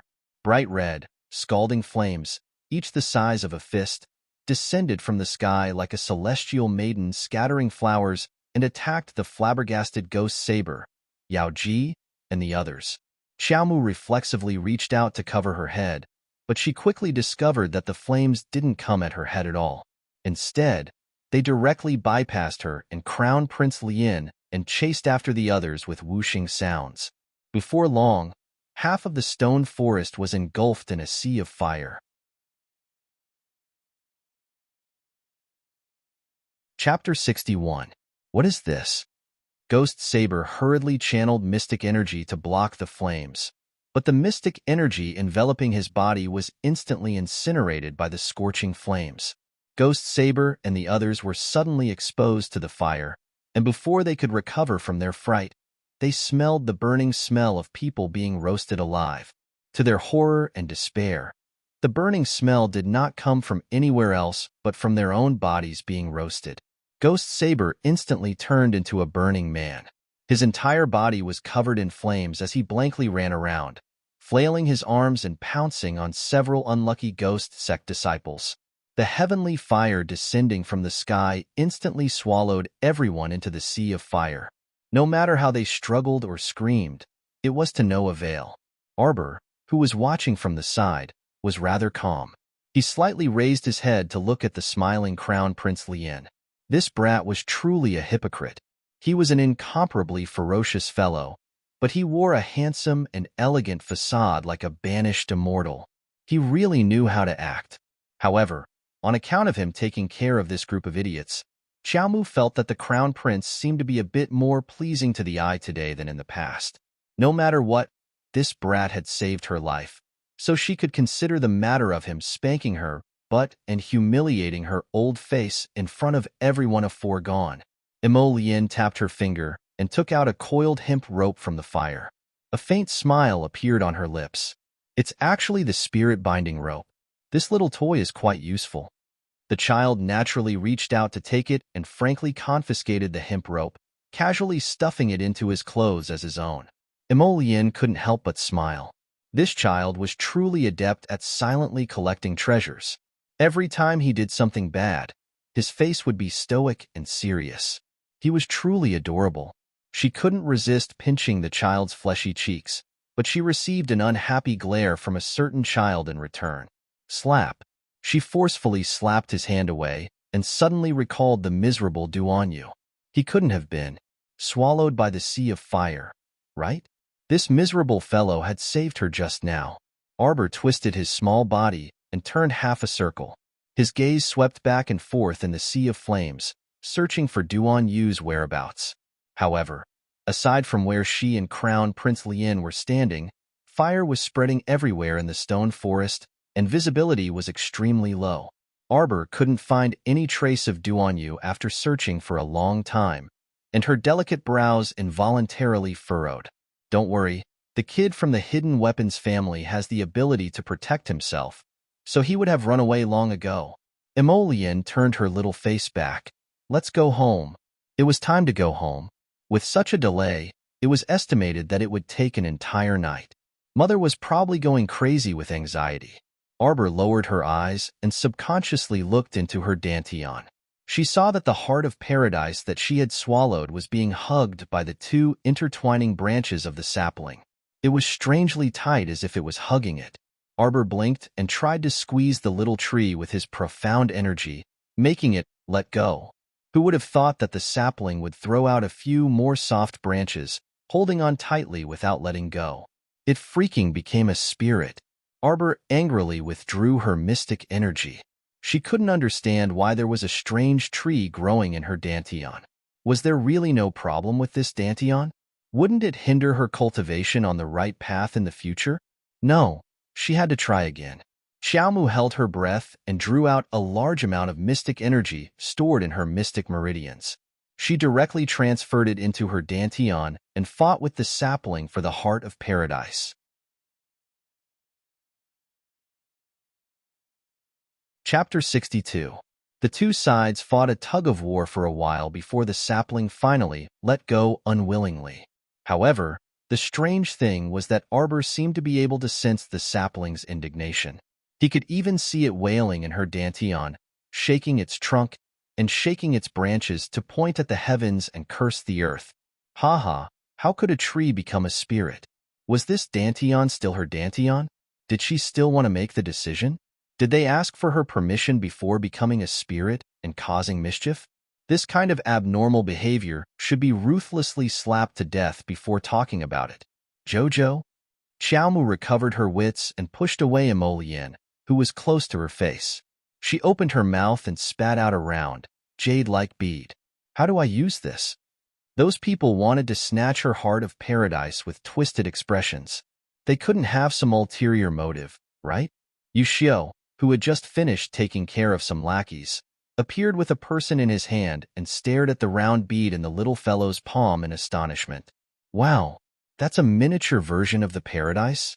How did this savage little girl refine the entire paradise and take it for herself? A hint of surprise also flitted through Emolian's eyes, but it was more of a smile. He raised his hand and rubbed the little fellow's head. You're a child with good fortune. He didn't ask her the reason behind the paradise's refinement, which made the little fellow feel a bit better. To be honest, even if he asked, she wouldn't freaking know what had happened. However, she had a faint feeling that the paradise's direct refinement was most likely related to the tree that suddenly appeared in her dantian. However, she wouldn't tell anyone about such a strange thing like having a tree in her dantian. Moreover, with her current cultivation as a small level 3 mystic cultivator, being able to see her dantian was not a normal thing in the first place. Emolian didn't say anything else and directly instructed Xiaomu to permeate her mystic energy into the heart of paradise. The bead immediately released a dazzling light and instantly soared into the air. As if drawing a mirage in the air, the entire paradise was endlessly magnified in front of her eyes. Within minutes, a translucent valley appeared in the sky. The sound of a gurgling stream and the fragrance of a peach tree assaulted her senses. Most importantly, the undulating magnetite mines around the valley were now in this miniature version of the heart of paradise. She could use them at any time. Little Xiao had lived for 2 lifetimes, so there weren't many things that could excite her. However, at this moment, even if she was mature and calm, she couldn't help but feel excited. Yushio was already dumbfounded, his eyeballs almost falling to the ground.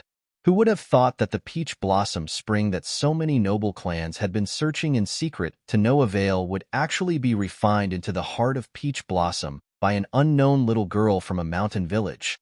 With a thought, Arbor moved the unburned stones under her feet to the paradise. With another thought, the stones returned to their original position. Ha ha ha ha ha. This was truly a treasure. Great, I can finally store and withdraw items as I please. It wasn't like that damned inner world where he couldn't take things out without enough mystic sense. This peach blossom spring only needed a little mystic energy to take out large items. It simply couldn't be any more convenient. The child immediately grinned happily. Her paralyzed expression showed signs of cracking for the first time, and a strange smile appeared at the corner of her mouth. Crown Prince Lien, who was staring at her, didn't know whether to laugh or cry. This little fellow's smile was so strange, as if she had never smiled before. The corners of her mouth were stretched rather stiffly. Chapter 63. If the Crown Prince knew that the reason why the little fellow was so happy was only because the Heart of Paradise could allow her to store and withdraw items as she wished, he probably wouldn't know what to say. Her expectations were too low. Furthermore, our dear student Arbor still didn't know that every time she wanted to retrieve the Heart of Paradise, she would have to fight with the strange tree for it. Would it really be easier than using her own inner world? Before retrieving the paradise, our dear student Xiao Mu had even secretly tested whether she could send herself into the paradise. In the end, it was obvious that she had thought too highly of herself. Her original body couldn't enter the miniature paradise. Our dear student Xiao Mu pursed her lips and looked worriedly at the undulating magnetite veins outside the paradise. These magnetite veins had to be truly mined. Since her original body couldn't enter, she probably wouldn't be able to extract large amounts of magnetite veins just by relying on a wisp of mystic energy. Sigh. Arbor felt a little regretful. She retrieved the round bead and swallowed it in one gulp. Using her inner sight, she indeed saw the sapling caressing the Heart of Paradise back and forth, looking as if it wouldn't give up even if it died. Arbor felt even more of a headache. If she couldn't figure out this demonic tree, she wouldn't be at ease with her Dantian. If the thickness of one's mystic veins was not only related to the amount of mystic energy one possessed, but also directly affected one's cultivation speed in the later stages, then the Dantian was even more important. It was the place where all the mystic energy in the body was stored. The mystic energy cultivated in the mystic veins would eventually return to the Dantian. And such an important place was currently occupied by an inexplicable tree. This made her feel uneasy. Arbor looked back at Imo Lien and happened to see him clench his fingers. A fiery red object in the shape of a lamp wick floated into his palm. He lightly grasped it, and it disappeared into thin air. The child curiously grabbed his hand and flipped it open to take a look. There was nothing there. What was that just now? Although this crown prince looked gentle, Arbor felt that this brat's methods were very cruel. Crown Prince Lien said indifferently, "Oh, that's Ghost Saber's life lantern." For a second-rate sect like the Ghost Sect, the Elders, Protectors, or Consecrators would usually light up an everlasting life lamp in the sect. The moment the life lamp is lit, these people's life spirits will have a connection with the life lamp. Arbor immediately understood and nodded. Ghost Blade is dead now. That's right, he's dead. The life lamp that he lit in the sect also went out. What about the wick just now? That is the miniature life lamp that is engraved in his life soul. When a person dies, this miniature life lamp will quickly capture the scene of the last moment. It can quickly transmit the cause of the incident to the sect. So just now, you? That grab had taken away Ghost Blade's last hope. This was the difference in strength. The suppression of cultivation made you so miserable that you didn't even have the chance to send a message. Yushio waited for his master to finish explaining to the village girl before taking 2 steps forward with the person in his hand. "Master, this woman has a mystic weapon that repels fire. This subordinate has already destroyed it." A tattered sandalwood fan that had withered into 2 halves was thrown to the ground by Yushio like trash. Only now did Arbor see clearly that the woman he had thrown to the ground without any pity was Coitus Sect's left protector, Yao Ji. Yao Ji had long since lost her graceful and charming appearance. She sat on the ground like a beggar. Her hair was disheveled, her face dirty, and her eyes red.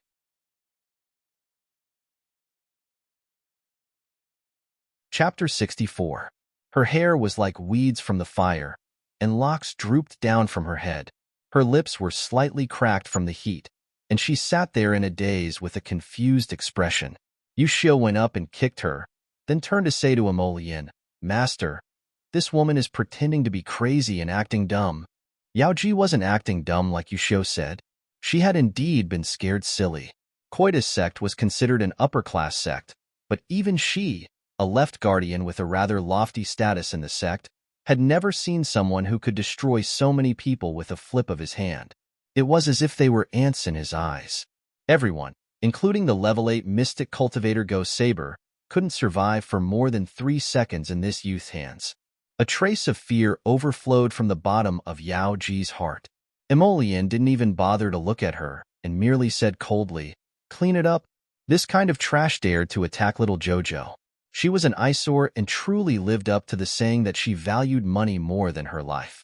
Emolian's words seemed to have triggered a certain nerve in Yao Ji. She howled and pounced forward, repeatedly begging for mercy, but Emolian unceremoniously kicked her far away. After receiving the order, Yu Xiu didn't waste words and aggressively pulled out his sword and walked toward Yao Ji. Seeing that the sword was about to land on Yao Ji's head, the latter was so frightened that her face drained of color and she shrieked. "Wait!" The little girl suddenly stretched out 5 fingers. Yu Xiu's chopping motion froze in midair. Emolian cast him a sidelong glance and waved her hand to dismiss him. She lowered her head to look at the little girl in her arms. "What is it?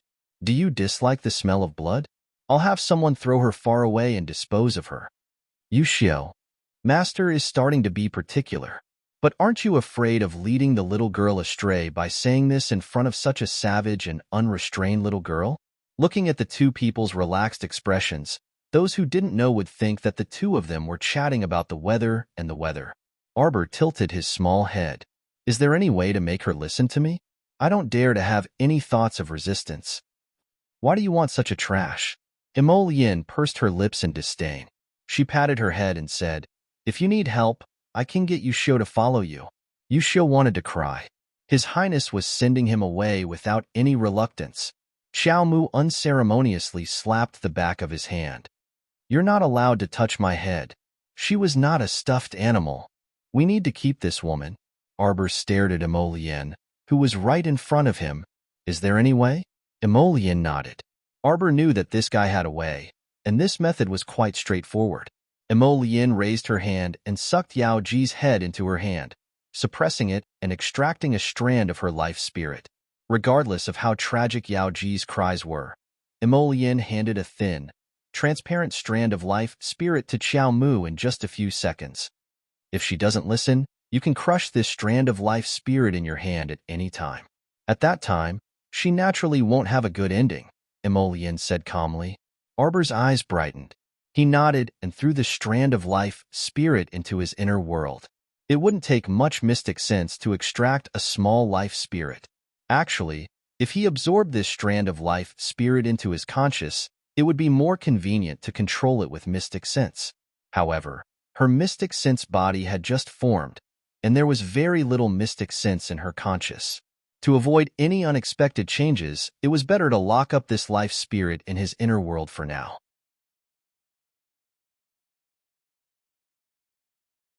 Chapter 65. Arbor had finally witnessed Emolian's methods.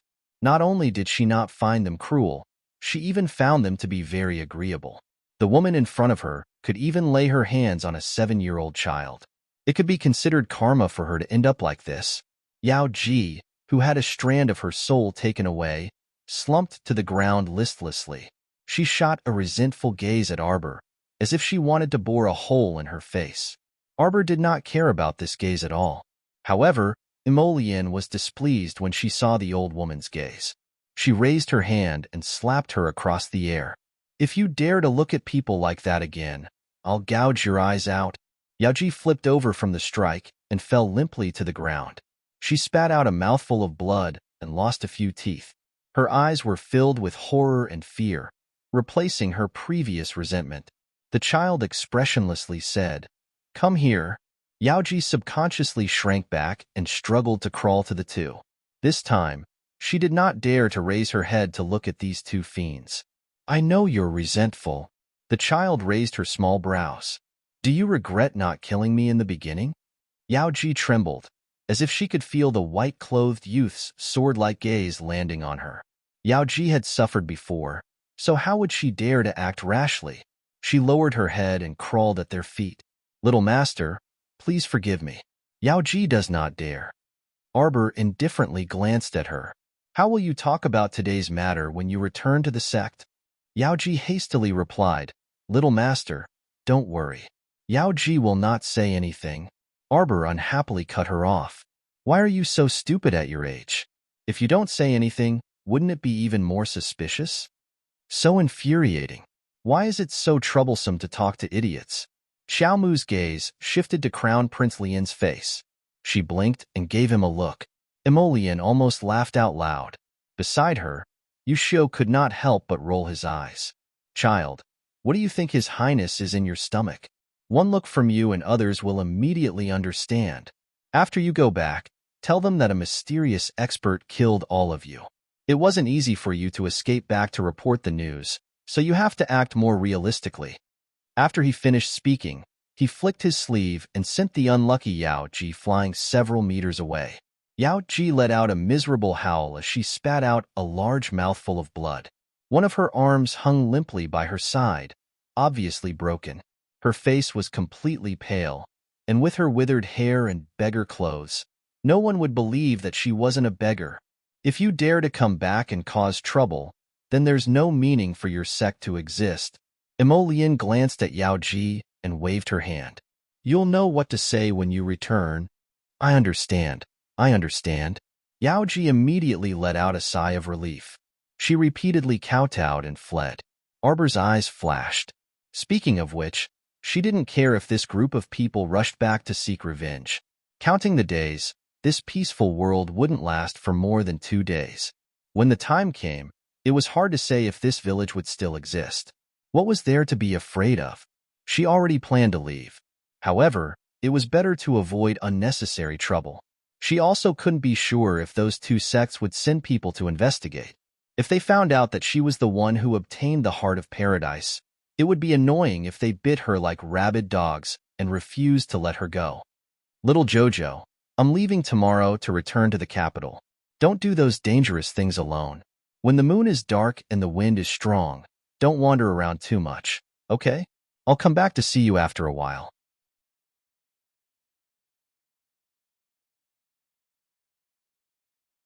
Chapter 66. The Child Harumphed. Lian poked her stoic little face in amusement. Aside from being able to store items, the Heart of Paradise can also absorb and store mystic energy from the outside world. However, you must remember to take out the Heart of Paradise without being noticed. You must be extremely careful. Arbor nodded, thinking that this was indeed the case. She didn't want to provoke a large group of people from some sect to besiege and kill her, so she shouldn't be too pleased with herself. She still had to be careful when using it. The supplies you want should arrive tomorrow or the day after. Remember to receive them. As expected of His Highness the Crown Prince, he could gather supplies so quickly in this kind of desolate little mountain village. Although our dear Xiao Mu's stoic little face didn't have any expression, Lian felt that this little girl was very happy. Yushio silently followed behind his master. Seeing him nag endlessly, he looked at Arbor with a complicated expression. He had never seen his crown prince so carefully instruct others. This savage little girl was inexplicably to the crown prince's liking. Xiao Mu tilted her head and met his eyes. Her round, bright eyes blinked, and she suddenly asked, "That, Annie Wu, where did you send her?" This crown prince truly acted quickly. That Wu Yenjin had disappeared from the village the night of the fire. The next day, his husband had even called a bunch of people to search the village for her. Unfortunately, even if he brought people to dig 3 feet into the ground, his Madame Wu still wouldn't be able to come back. The crown prince chuckled and looked at little Jojo. "Don't worry, I threw her into Black City to mine magnetite. There's no return from that kind of place. She won't be able to leave until she dies." Arbor's eyes flashed. She had indeed heard of Black City. It was close to the western wilderness and could be considered the source of heavenly Dao sects or mining. To the pampered Auntie Wu, that kind of bitter cold place where one had to mine rocks and toil all day long was probably a life akin to hell. Keep all of these well. The crown prince casually stuffed her with a cloth bag sewn with brocade thread. Then, he carried her and soared up. Stepping on the heavy fire, they passed through the smoke-shrouded stone forest. Classmate Arbor opened the bag and stretched his head out to take a look. Seeing that it was all kinds of high-grade ointments to stop bleeding, relieve pain, remove scars, disperse blood stasis, and so on, he hurriedly put them all in his pocket and happily accepted them all. Emolienne flew towards Quoto village with the child in her arms. She walked in the air as if she was walking on flat ground. Little Qiao's gaze was slightly complicated as she stole a few glances at him. After weighing her options, she finally opened her mouth. It's a long journey back to the capital. Be careful. If you encounter a slow and rotting monster, it's best to stay away.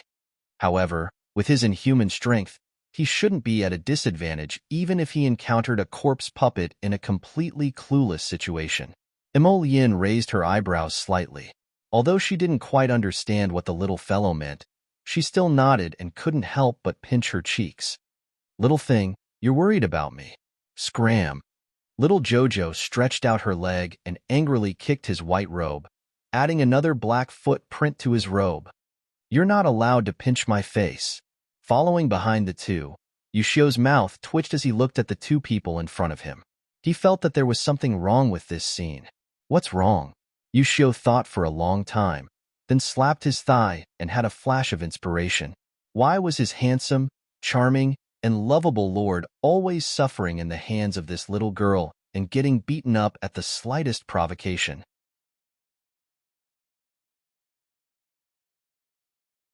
Chapter 67. After Emolienne carried Xiao Mu away into the distance, a lump of earth and rock that had been scorched and loosened by the fire continued to writhe. Suddenly, a little white squirrel popped out. On its cute little furry face, a pair of intelligent big eyes were opened wide. Squeak! The little white squirrel made a pitiful cry. Where is the little master? Why is the little master missing? Little master, little master, little master. If someone was here, they would definitely see the little white squirrel's tearful face. It hopped on the spot for a while and sniffed around before pinpointing the direction that Emolienne had left in with Qiao Mu in his arms. With a squeak, it dashed out of the stone forest entangled in flames with a few swishes. At this time, the raging flames had spread over the entire stone forest, but to the little white squirrel, it didn't seem to affect it at all. The billowing smoke caused the visibility to be extremely low, but the little white squirrel seemed to not notice the raging flames in its surroundings. Its speed increased again, and it passed through the stone forest that was surging with flames like a bolt of lightning. It squeaked as it chased after Qiao Mu with all its might. Little master, wait! The little master saved its life, so she was its second parent. It must follow. Arbor didn't know that a silly little white squirrel was running after her to the village, swearing to follow her. After she was carried out of the stone forest by Emolienne, she kept poking his shoulder with her fingers and repeating, "Put me down." Emolienne saw that the little girl's home was in front of him, so he put her down. Seeing that the little girl silently turned around and was about to run away, Emolienne, who was already familiar with the little girl's tricks, picked her up and put her in front of him again. Arbor angrily stepped on his foot. What? Do you remember what I told you? Emolienne looked at her with a smile. The little girl glanced at him. Although he was smiling, his eyes were very serious.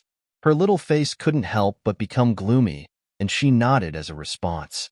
Emolienne stretched out his finger and tapped her little nose. Then let's see each other in a few days. Go home. I don't even know if we'll meet again. The little fellow muttered quietly. Behind her, Emolienne raised his slender eyebrows as he watched the little one's receding figure with a grin. Sigh, this little fellow doesn't even know how to say goodbye. Looks like I'll have to teach him slowly in the future. As for whether or not they would meet again, they would know when they met. Emolienne stopped at the end of the path and looked in the direction where the child had left. She slowly withdrew her gaze. I heard that third imperial brother went to the old man and complained tearfully. The effect was very obvious. Emolienne said softly. She turned and walked towards the inn at the entrance of the village. Pack your things. We'll leave early tomorrow morning. I'll go back and see what else my good imperial brother can do other than crying, making a scene, and threatening to hang himself. Yu Xiao, who was accompanying them, let out a sigh of relief. He hurriedly nodded and followed the crown prince's footsteps. His grandpa should have gone back a long time ago. This trip out had witnessed a miracle. In the end, no one had gained anything. The entire mystic realm had become a child's. No one would dare to believe this kind of thing. Arbor quickly ran to the entrance of her house. She was anxious to return home. Just as she stepped through the threshold, she heard a strange voice coming from her little courtyard. Yo, the main character is finally back. A scalding hot teacup was thrown at her little face. Arbor's eyes hardened. She dodged to the side and looked over. She saw the matriarch and a group of people sitting there as if they were being interrogated.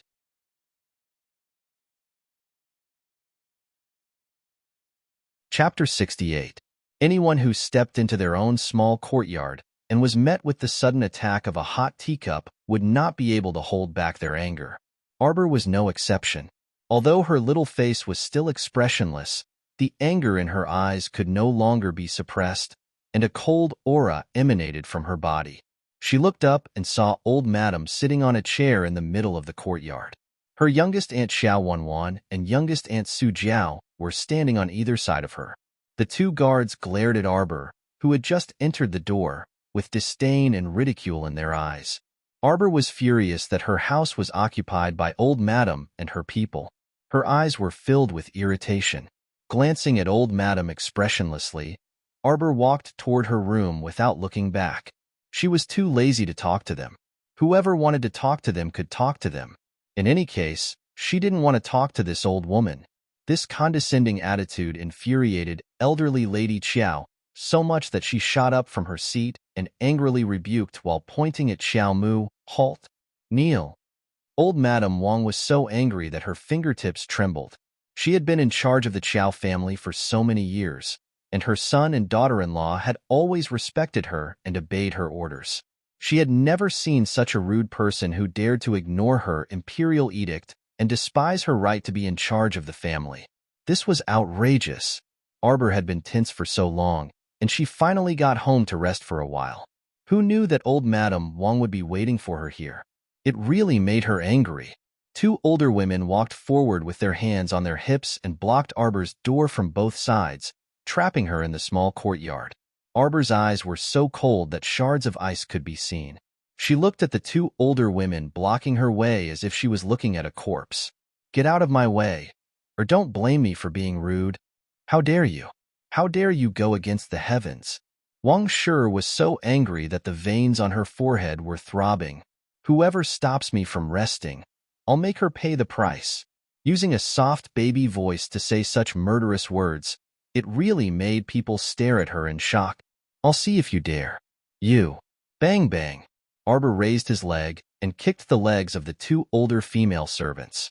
With two cracking sounds, the two older female servants screamed at the same time. They were in so much pain that their waists bent down. Su Jiao was dumbstruck for a moment before letting out an ear-piercing shriek. "You damn lass, you really dared to lay your hands on your grandmother's people. Are you deaf? I've already warned you to get out of the way. Is my words so hard to understand?" Arbor sneered and punched the belly of one of the women, sending her flying several meters away. She howled and fell at the feet of the old lady. The other old maid was so scared that her face turned pale and she retreated. There was no need for Arbor to do anything. She rolled and crawled to the old lady's feet and cried, "Ancestor, help me! Ancestor, help me!" Extremely boring. Arbor's eyes flashed with a cold light as he glanced at the old lady expressionlessly. Old Madam Wang jumped in fright from her emotionless gaze, and she staggered back 2 steps, almost falling down. Everyone scrambled to support this old lady. Old Madam Wang was so angry that her chest was trembling, and her lips trembled as she cursed. You little bastard. You actually dared to lay your hands on your elders. Hurry and hold this little bastard down. Beat her ruthlessly, beat her to death."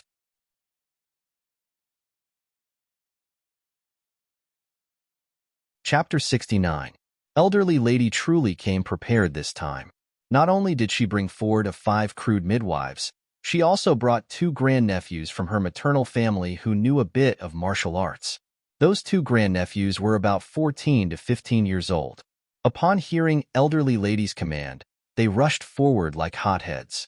One of them reached out to grab Arbor, while the other swept his leg to kick Arbor's legs. In Arbor's eyes, their slow speed was like a snail's crawl, yet they wanted to hit her? Simply laughable. Arbor immediately broke free of the two's encirclement with a flash of his body. In turn, he slapped the 2 grandnephews in the face. This little bastard was hitting them for her to see.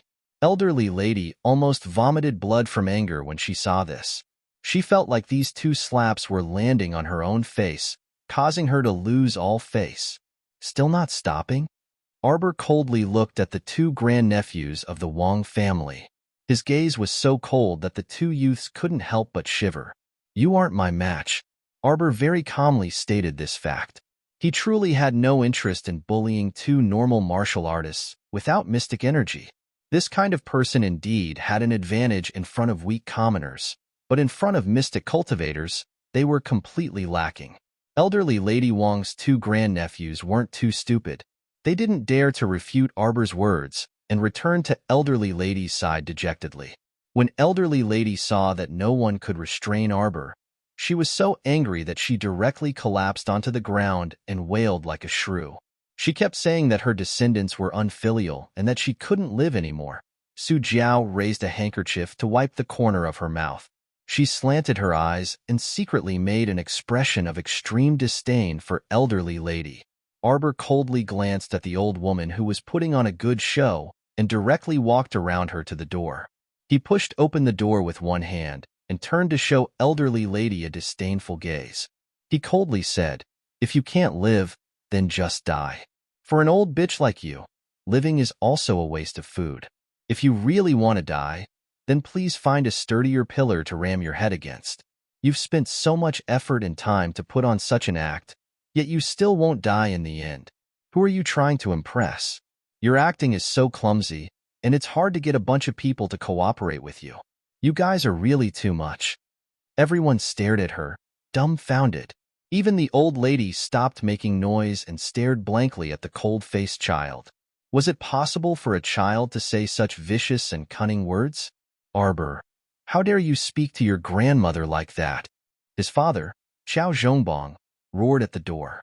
Xiaomu coldly glanced in his direction before slamming the door with a bang, directly flinging the doorboard shut in front of everyone's eyes. "Son, I really can't live anymore." The old lady seemed to be stuck for 3 seconds. When she saw Qiao Zhongbong, she continued to slap her thigh, crying and wailing. She looked like she had suffered a great grievance, and tears streamed down her face. "Jojo, it's Jojo who's back."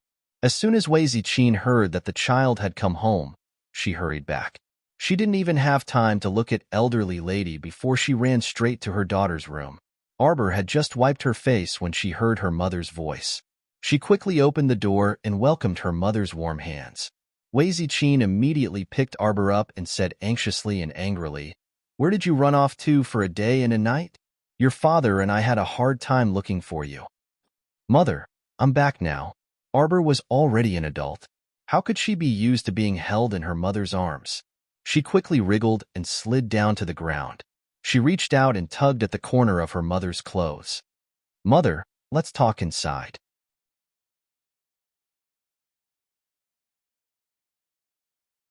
Chapter 70. How could Wei Ziqin let go of her hand? She wiped the tears from the corners of her eyes as she said, "Child, I asked your teacher Jiang. Yesterday, school ended very early, and the other students also got home early. Where did you go?" Arbor had already thought of an excuse on the way back. She changed the story of Yao Ji and company and said that she was almost abducted after school. Fortunately, she was rescued by a young swordsman, and it took some twists and turns before she was able to return. Wei Ziqin only felt that this matter was abnormally dangerous when she heard it. She quickly hugged her child and prayed for the heavens to protect her with a ghastly pale face. Arbor comforted her with a few words before someone banged on the door. Wei Ziqin hesitated for a moment before holding Arbor's hand and saying, "Yesterday, your dad brought people to search for you in and out of the village for the entire night. Actually, it's not that he doesn't care about you." Arbor faintly hummed in acknowledgement. Wei Ziqin looked at her daughter's ice-cold face and couldn't help but sigh. She could also tell that Jojo was simply indifferent to her dad these past few days. He didn't even call him dad anymore. Ever since Su Jiao came knocking on their door and escorted Xiao Qiao to the inn to apologize to Miss Lu, Xiao Qiao practically didn't look her father in the eye. Although this child didn't say anything, her heart must have been hurt by her father. "Jojo, are you blaming your dad?" Knock, knock, knock, knock, knock. The sound of the door shaking vigorously interrupted Wei Ziqin's words. Wei Ziqin glanced outside the door a bit nervously. "Jojo, you. Don't say anything when we go out later. Mom will deal with it." Judging from elderly lady's attitude, it seemed that she wouldn't let them off if they didn't give an explanation today. "Mom." Arbor calmly looked at her mother. Her pitch-black eyes were very bright, and Wei Ziqin could see her own reflection in her daughter's clear eyes. "I've been having a strange dream every day for the past few days." Arbor's tone was quite gentle, as if he was talking about something that had nothing to do with him. "I dreamed that my sister was sent to a rich family, but no one really treated her as a human. They beat her, scolded her, humiliated her, and enslaved her every day. By the time she was 12, her sister had died. She was swept out of the house like a pile of trash. Her clothes didn't cover her body, and she lay in the pouring rain with her eyes open. Because in their eyes, she's just trash. If she dies, then so be it.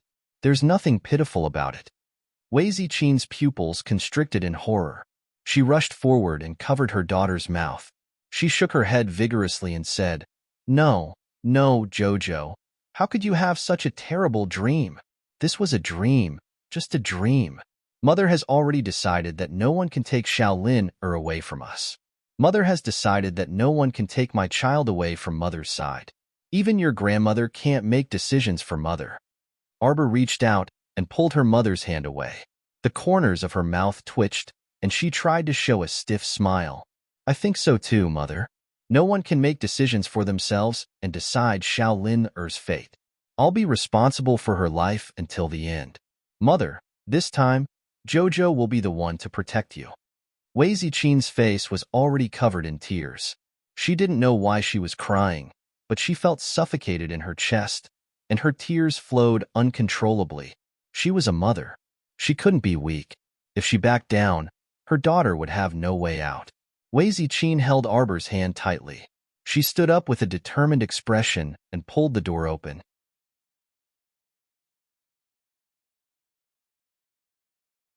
Chapter 71. Arbor silently followed behind her mother and followed her into the courtyard. Elderly lady had stopped crying for the time being, and she pretended to wipe her tears as she furtively cast sidelong glances at the mother and daughter pair. "Arbor!" Xiao Zhongbong roared angrily. When he looked up to see his wife shielding his daughter behind her as though she was afraid that he would eat her up, he couldn't help but be angered to the point that his heart ached. What did his wife mean by this? Could it be that she would tear apart and eat her daughter? "Elderly lady." Wei Ziqin poked the soft knife in a manner that was neither servile nor overbearing as she dryly said, "May I ask why you brought so many people here in such a grand manner? The child is still young and can't take fright easily. If she's frightened to death, who can compensate me with a good daughter?" Elderly Lady Qiao's eyes instantly turned round, and she scrutinized Wei Ziqin again as though she didn't recognize her daughter-in-law. Wei Ziqin had been married into the family for so many years, but she had never called her elderly lady in a cold and sarcastic voice like today. "Eldest sister-in-law, what kind of attitude is this?" Su Jiao immediately interjected. "From the looks of it, you probably don't know that your child nearly angered Mother to the point of fainting just now. Do you know what your child called Mother just now?" I'm too embarrassed to say it out loud." "Old bitch," Arbor coldly replied. Everyone stared at her, dumbstruck, as though they didn't recognize this child. Xiao Zhongbong flared up on the spot and raised his hand to slap Arbor's face as he glowered at her. "Shut up." Arbor didn't dodge and merely stared at her father with a bone-chilling gaze. That serene and chilly gaze made Xiao Zhongbang's heart tremble slightly, and his hand involuntarily froze in midair, unable to swing down anymore. It's good that all of you are here today. Arbor's gaze swept across everyone's faces. Wait a moment. We'll talk when everyone is here. Everyone in the yard was silent. It took a long time for the old lady to find her voice again. She pointed at Arbor and said in a trembling voice, "Rebel, rebel, rebel." Xiao Zhongbang looked at his mother, who was trembling with anger, then turned to look at his daughter, whose face was as cold as ice. He couldn't help but let out a long sigh. Third great-grandfather and old village chief are here. The 10-year-old Xiao Hu called out and ran into the courtyard. Thank you for your hard work, Brother Hu. Arbor nodded slightly at Xiao Hu, then bowed to the Xiao family elders and the village chief who had just entered. Third great-grandfather, Grandpa Village Chief. Today, I invited the two of you here because I need the two of you to bear witness to something. Grandmother was not kind. She repeatedly targeted the two of us. She ignored my mother's wishes and insisted on selling my younger sister to a rich family. She tried in vain to break up our family and make us suffer so much that we wished we were dead. Secondly, he didn't care about my life and forced me to risk my life many times. This time, he actually brought people to our door to capture me. I'm so young and fearful. I don't know how I've become an eyesore to grandmother. I've blocked grandmother's path and made her want to deal with me time and time again. If the family really can't tolerate my younger sister and me, then it would be better to expel us from the family. We don't ask for glory or riches, we just ask for peace and freedom. We don't need to live in fear under grandmother's pressure every day. The old lady looked at third great-grandfather's stern gaze and her lips trembled. She was so angry that she wanted to faint. Was this child possessed by a ghost? How could she say such a sentence with every word that hit his heart? Seeing the disdainful gazes from third great-grandfather and the village chief, the old lady's face burned. She wanted nothing more than to close her eyes immediately. Such a small child. How much had he suffered to be able to say something like expelling himself from the family?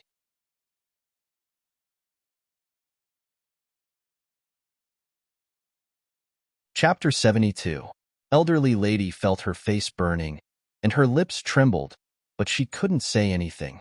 Originally, it was just a small family matter that could be resolved behind closed doors.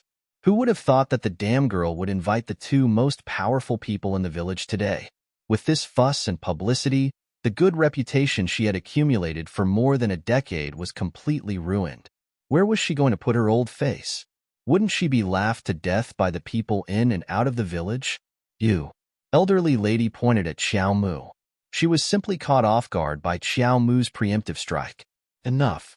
Third great-grandfather said to Wang Nei with a straight face, old fifth daughter-in-law. I warned you 2 years ago that you shouldn't meddle too much in the children's family matters. Let them handle it themselves. Originally, our branch was separated from the main family and arranged to live in this small mountain village.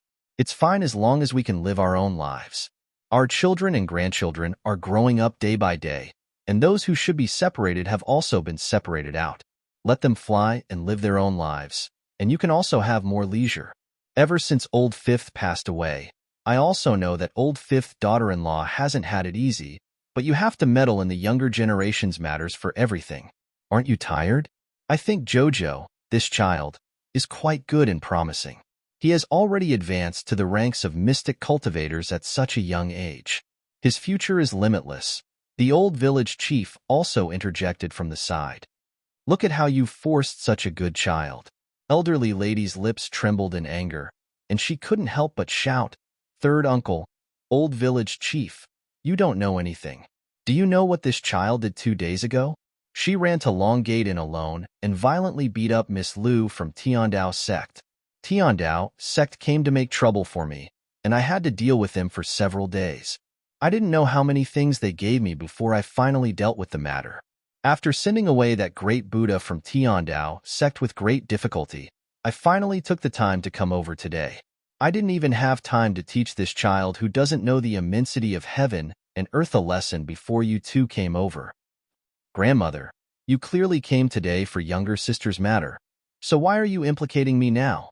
Although Wu Yinjin, that middleman, has gone missing, Didn't you directly find that family and negotiate this transaction?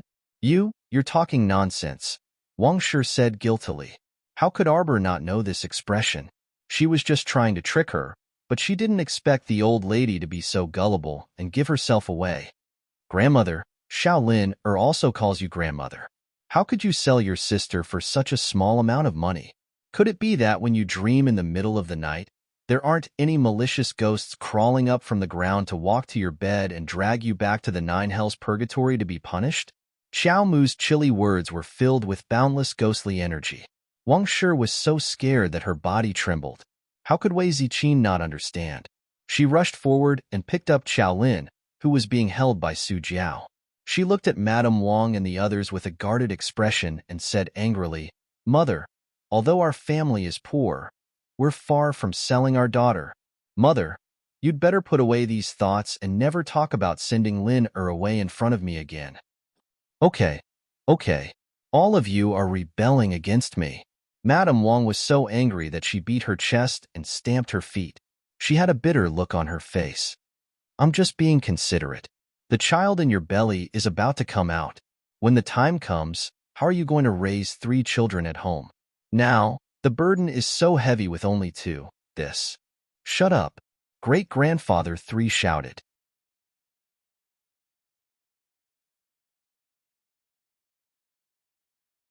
Chapter 73. Old fifth daughter-in-law. Third great-grandfather pointed at Madame Ne Wang and sighed. Muddle-headed.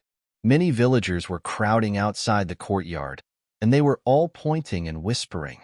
Madame Ne Wang only felt that their gazes were filled with disdain, and she felt a stabbing pain in her heart that made it difficult for her to breathe. Third great-grandfather, mother-in-law is doing this for the good of eldest brother's family. Shut up. Third great-grandfather roared at Su Jiao. Do you think I'm an old fool? Zhongheng daughter-in-law, it's enough for you to manage your family's affairs. Aren't you ugly and shameful if you insist on sticking your hand into Zhongbang's family? Su Jiao instantly quieted down and didn't dare to make a sound. Old fifth daughter-in-law, you don't need to bother with Zhongbang's family's affairs in the future. Although our bloodline has fallen to Quoto village, it's not to the extent that we can't raise a child. It's just a matter of having more food. Zhongbang daughter-in-law, don't worry. As long as third granduncle is here, your family's children won't starve. Don't worry about giving birth, and don't be too burdened. Third uncle. Madame Ne Wang was so angry that she almost fainted. Old fifth daughter-in-law, I want to discuss something with you. From what I see, the 3 brothers Zhongbang, Zhongxing, and Zhongheng all have their own families and children. Your youngest daughter is also getting married in September. How about this? I'll make a decision for you. Let's split up the family here today. We can't split. Madame Ne Wang shrieked and collapsed onto the ground. Third uncle, although you're my elder, you can't bully us orphans and widows so brazenly. How can this family be split up just because you say so? If we don't split, look at what you've become. Third great-grandfather glanced indifferently at Madame Ne Wang, and a trace of disgust flashed through his sharp eyes. It's settled then. It's good that old village chief is here, so he can be a witness. Split. Split now. Split immediately. Third granduncle, old village chief, how about we wait for second brother to return to discuss this matter? Qiao Zhongbang saw his mother collapse on the ground, and his heart ached as he stepped forward, wanting to speak up for her. Zhongbang, I know you're filial and honest, but sometimes you have to take care of your wife and children. Ziqin hasn't had it easy all these years. Great-grandfather 3 gave Qiao Zhongbang a meaningful glance, pulled him aside, and whispered a few words. After Qiao Zhongbang came back with third granduncle, he didn't say anything. He just kept sneaking glances at Wei Ziqin, who had a cold expression on her face. The separation of the family went quite smoothly. The old lady's wails and howls were of no use. With the old village chief as a witness, Great-grandfather 3 single-handedly facilitated the separation ceremony. He even took out the document and remembered it clearly. Arbor curled the corners of his mouth. His sharp gaze swept past the old village chief and third great-grandfather. When he turned around, his eyes couldn't help but reveal a faint smile. She returned to her small room and closed the door. She sat at the table for a long time before pouring herself a cup of cold tea. She muttered to herself, "Power is really a good thing. When I have power in my hands, I can have everything." Less than an hour ago, Great-Grandfather 3 and the old village chief knelt in front of Crown Prince Lien, trembling with fear. They looked at the youth in front of them, who was holding a coarse teacup in one hand, as if he was holding a flawless moon. They held their breaths and didn't dare to make a sound. After a full 7 minutes, the youth's cold voice said faintly, "By today, separate Jojo's family. In the future, if that old lady is blind enough to cause trouble for Jojo, I will cause trouble for you." Whoosh! An iron arrow swept past the two old men's hair and pierced into the pillar below the eaves. The pillar immediately tilted, almost unable to support half the eaves.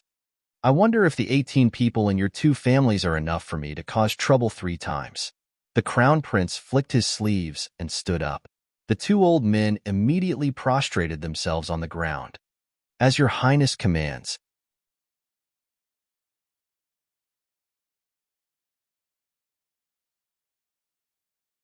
Chapter 74. Old Lady Qiao was furious this time. She had lost all face in front of the entire village. After she was carried back, she fell ill on her bed and groaned. Xiaomu flipped through the family division document beside her, a faint smile on her lips.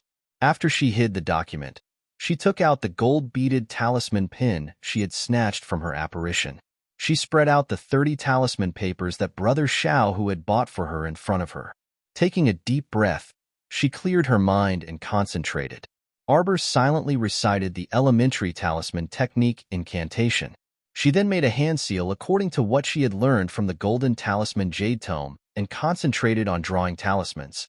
She had used up all the strength talismans and speed talismans on Hullen Mountain, so she needed to replenish some. Fortunately, she was now very familiar with drawing strength and speed talismans. In less than an hour, she had finished drawing 10 strength and speed talismans. What surprised her was that when she finished drawing the last strength and speed talisman, she clearly saw a faint blue halo on the talisman paper. Unlike the other 18 talismans that emitted a faint yellow light, these 2 talismans were covered in a layer of blue light. Xiaomu naturally didn't know what was going on. She could only make a last-minute effort and release her mystic sense into her conscious to check the golden talisman jade tome. She watched as the second jade slip, which had originally shrunk into a ball, flew towards her and transformed into a thin golden book in front of her eyes. The book's pages were very wide, and every word in the book was the size of a fist. They jumped and floated in front of her eyes. Actually, when she opened the golden talisman jade tome for the first time, a large amount of information had already entered her mind. However, she felt that it would be faster to use her profound sense to flip through the golden talisman jade tome rather than blindly searching for information in her mind. After all, she didn't have a clue at the moment. It was very strenuous to search for information in her mind that she didn't know at all. At this moment, her apparition was squatting on the ground with the golden book in her arms. Arbor's mouth twitched as she glanced at her and used her mystic sense to quickly scan the contents of the second jade slip. According to the book, there were 4 types of talismans: ordinary yellow talismans, fine blue talismans, peerless purple talismans, and Saint Gold talismans. The strength talisman and speed talisman that she had just drawn with blue light were fine blue talismans. The quality of the blue talisman was much higher than the yellow talisman. The talisman power it contained was twice as much as the yellow talisman. The level of talisman power directly affected the duration of the talisman. As for the blue talisman, it was twice as long as the yellow talisman. In other words, a talisman that could only sustain one's combat strength for 5 minutes could now last at least 10 minutes. Beginner-level talismans may not have a requirement for quality. However, when it came to intermediate-level talismans, advanced-level talismans, and other high-quality talismans, the benefits of doubling the time enhancement could be seen in minutes. The funny thing was that the book also said that the path of a talisman master was filled with unimaginable hardships and dangers. Just to draw a high-quality blue talisman, one had to spend a lot of time, energy, and money. Talisman masters had to practice for at least 3 years before they could draw a few blue talismans. Therefore, for someone like her who had never drawn more than 100 talismans, To suddenly be able to draw a blue talisman was really a stroke of luck? What 3 years? She hadn't drawn one in 3 days. The strange thing was, she always felt that when she held the brush in her hand, there was an indescribable feeling of smoothness when drawing talismans. Even if she was a bit unfamiliar at the beginning, she found that familiar feeling after drawing 10 talismans. It was as if she had drawn thousands of talismans before. Just as her mystic sense was about to withdraw, the golden book turned into a jade slip and flew back to its original place with a whoosh.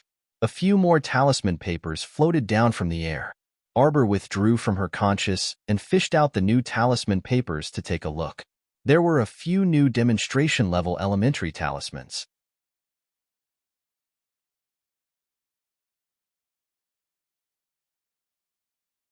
Chapter 75. Peace Talisman. Seek good fortune, avoid calamities, and resolve difficulties. Beginner-level Yellow Talisman can ensure one day's safety. Calming Talisman. For 2 hours, one can quickly concentrate and calm down, achieving the goal of doubling the mystic energy from the outside world. Dizziness Talisman. Dizziness for 5 minutes. Opponents 1 level higher than the user are immune to the effect. Immobilization Talisman. Dizziness for 5 minutes. Opponents 1 level higher than the user are immune to the effect. Arbor squatted in front of the table and flipped through the talisman papers in his hand. When the descriptions of these talismans appeared in his conscious, a certain child rolled his eyes to express his disdain. Every single one of them was so fucking useless. What was the use of a peace talisman to ensure one day's safety? Wouldn't it return to its original state after 1 day? Besides, the elementary talisman power on these peace talismans definitely wasn't high. It was hard to say whether some great misfortune could be turned into good fortune. The calming talisman was even more useless. What could it do in 2 hours? Some people might not have finished communicating with the outside world after 2 hours of meditation and hadn't even captured their mystic energy. What was the use of doubling it? As for those dizziness talismans and immobilization talismans, little Jojo really didn't want to ridicule them. With her current cultivation, she could only immobilize small fries below the 3rd level of Mystic Cultivator level.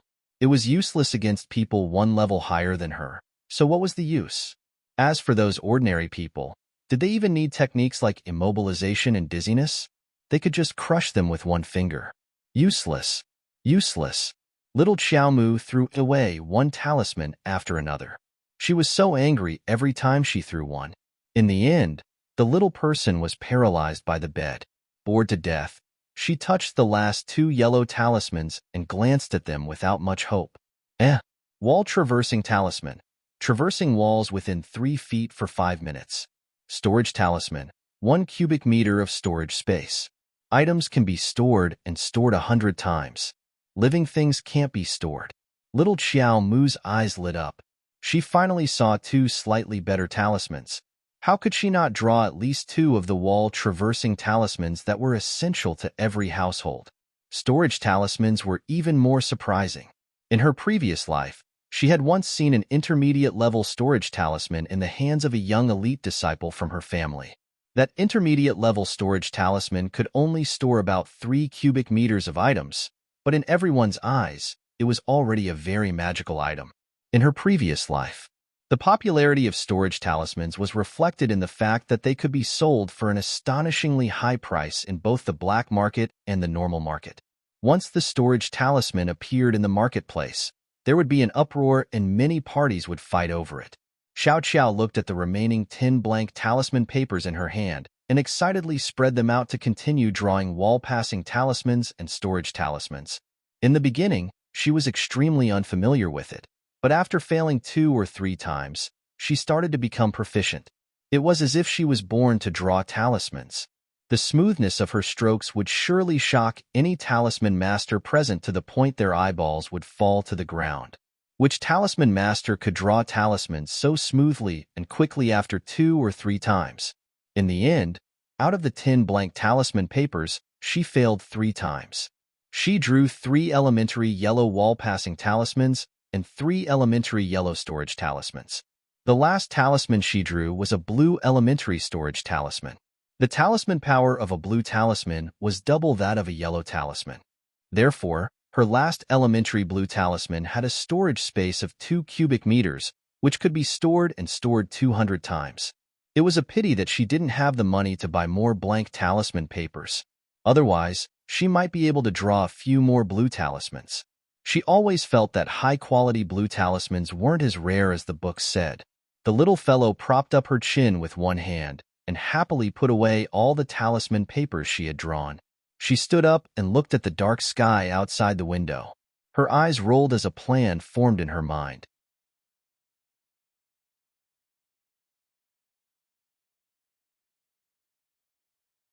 Chapter 76. There were over 100 households in Kwoto village. Excluding Tycoon Joe's family, the Chow family courtyard that elderly lady lived in could be considered one of the wealthiest families in the village. Meanwhile, younger Uncle Chow Zhongheng and Su Jiao's house was located next to the Chow family courtyard, and there was even a side door in the middle that connected the two houses. Elderly Lady Chow doted on her youngest son quite dearly, and among her grandchildren, the one she favored the most was Su Jiao's son, little Fatty Chow. When Arbor snuck to younger uncle's house window, he saw the 4-year-old chubby boy making a big fuss in the house. Su Jiao coaxed the child until she was badly battered, and her husband, Chow Zhongheng, even scolded her in dissatisfaction. Su Jiao angrily threw the chubby boy onto the bed and turned to point at Chow Zhongheng as she scolded. "Coax him if you can." She was almost angered to death today. She made a trip to eldest brother's house, but she didn't reap any benefits and was even scolded by that old-fashioned third granduncle. She was so angry that her lungs were about to explode. "I say, seriously, doesn't our son just want a clay figurine toy? Just buy it for him. How are we going to coax him when he's making such a fuss?" Chow Zhongheng became angrier as he spoke. Buy. It doesn't cost money. That lousy toy costs half a tael of silver. If you're so eloquent, why don't you buy it for your son yourself?" Su Jiao's temper flared up at the mention of money. "It's not like you don't know that Shaolin Er's matter is a mess. The deposit we received from the Doe family has been refunded, and your mother even told me not to meddle in this matter in the future. Money. This requires money. That requires money. Why don't you give me 10 or 8 taels of silver to spend?" "Why are you being so loud?" Chow Zhongheng's face flushed red from his wife's words. He had always been an idle, drunken fool. No matter how many taels his mother gave him, it wasn't enough for him to squander in a few days. How could he have known that their family was short on money? "I didn't know that Shaolin Er's matter was a mess. Didn't you say last time that we could earn 20 taels of silver after selling Shaolin Er?" He was still thinking of swindling a few taels of silver from his wife to buy 2 bottles of good wine. Sell. Su Jiao was so angry that her head hurt. She glared at her husband and said, "Your niece is very capable. Do you know that you've slapped your mother's face in front of so many people today? Let me tell you, that niece of yours is really a debt collector. She was already so good at scheming at such a young age." He really didn't know how she could think of so many things at such a young age. He actually invited the old village chief and third granduncle here to make the decision. With just a few words, they separated big brother and big sister-in-law's family. "What?" Chow Zhongheng raised his voice. "Eldest brother's family moved out. Drink. You only know how to drink all day. What else can you know? I think other than you, this news has spread throughout the entire family. Who doesn't know that big brother and sister-in-law's family moved out today?" Su Jiao angrily pushed Chow Zhongheng away and angrily pinched the handkerchief in her hand. "Then 20 taels are gone just like that?" Chow Zhongheng exclaimed with a pained expression. 20 taels? Bah, 20 taels? We don't even have any money left." Su Jiao wished for nothing more than to spit at him. Why did she marry such a good-for-nothing? She was so angry that her heart ached, and she directly fell asleep on the bed after pulling the blankets over her. Chow Zhongheng shouted at his son and blew out the lamp before going to bed as well. He hugged Su Jiao with a drooling face and asked, "Wife, are we just going to let our 20 taels go like this? I know that you have big ideas and are smarter than me. You should think of something."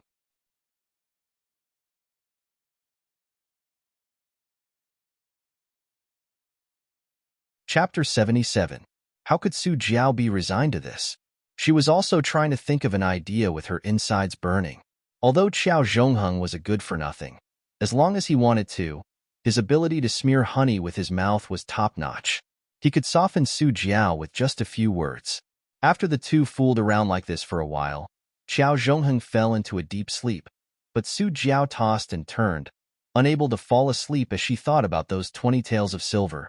Arbor, who had been hiding under the eaves and eavesdropping for a long time, had long been so angry that his fists were tightly clenched. Her guess was right. Su Jiao really did play tricks on Shaolin. No wonder she had been so enthusiastic and diligent in coming to their house to persuade their mother to send Shaolin away as soon as possible. It turned out that she could still fish out 20 taels of silver as a reward. 20 taels. Her pitiful younger sister's life was only worth 20 taels in Su Jiao's eyes. If she hadn't added fuel to the fire in her previous life, Shaolin wouldn't have been taken away by Wu Yinjin so smoothly. This damn woman. Arbor took out a wall-passing talisman from his pocket and tore it open, a cold glint flickering in the depths of his black eyes. Su Jiao rolled over on the bed again and lamented to the wall. She couldn't think of any good ideas after thinking for most of the night, so she was truly at her wit's end. But she really couldn't bear to give up those 20 taels of silver just like that. It was all that damn child Arbor's fault. If he hadn't interfered, eldest sister-in-law would have long handed Shaolin over, and there wouldn't have been so much trouble in the aftermath. Su Jiao rolled over again and opened her eyes with a dry mouth. Just as she was about to pour a cup of water from the table, she suddenly saw a shadow float past her eyes. She instantly quivered in fright, and all her drowsiness disappeared without a trace. She sat upright like a spring and shouted in fright, "Who's there?" Qiao Zhongheng, who was sleeping soundly, groaned like a dead pig. Su Jiao saw nothing in front of her and calmed herself down before inwardly sighing in relief. She only knew that she was too nervous after sleeping in the middle of the night. She didn't want to drink any more water, so she lay down and turned over. Then, her eyes suddenly widened, as if they were about to split open. Looking at the half-drooping face in front of him, his heart almost jumped out of his chest. Her brain was dead for 3 seconds before she finally realized what was happening in front of her. She let out a shrill scream, scaring Qiao Zhongheng into sitting up in his sleep. "What's wrong? What's wrong?" Qiao Zhongheng glared at Su Jiao and said angrily, "Why are you screaming in the middle of the night?" Su Jiao pointed at the back of Qiao Zhongheng's head. Her lips were trembling, and her eyeballs were about to pop out of their sockets.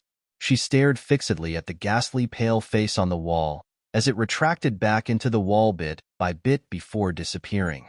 Qiao Zhongheng looked back. There was nothing but a wall. Face. Su Jiao shuddered, her entire body trembling. What face? Qiao Zhongheng, who hadn't seen anything at all, was baffled. Ghost. Su Jiao's eyes rolled back, and she fell down stiffly.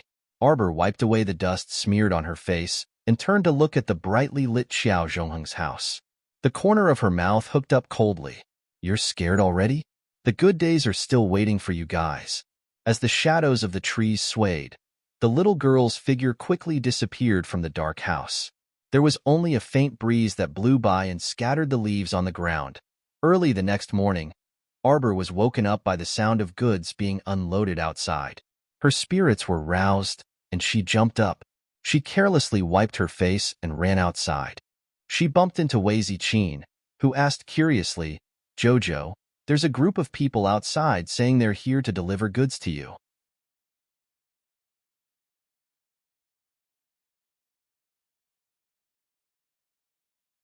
Chapter 78. Mother, I'll be right back. Arbor excitedly ran past Wei Ziqin.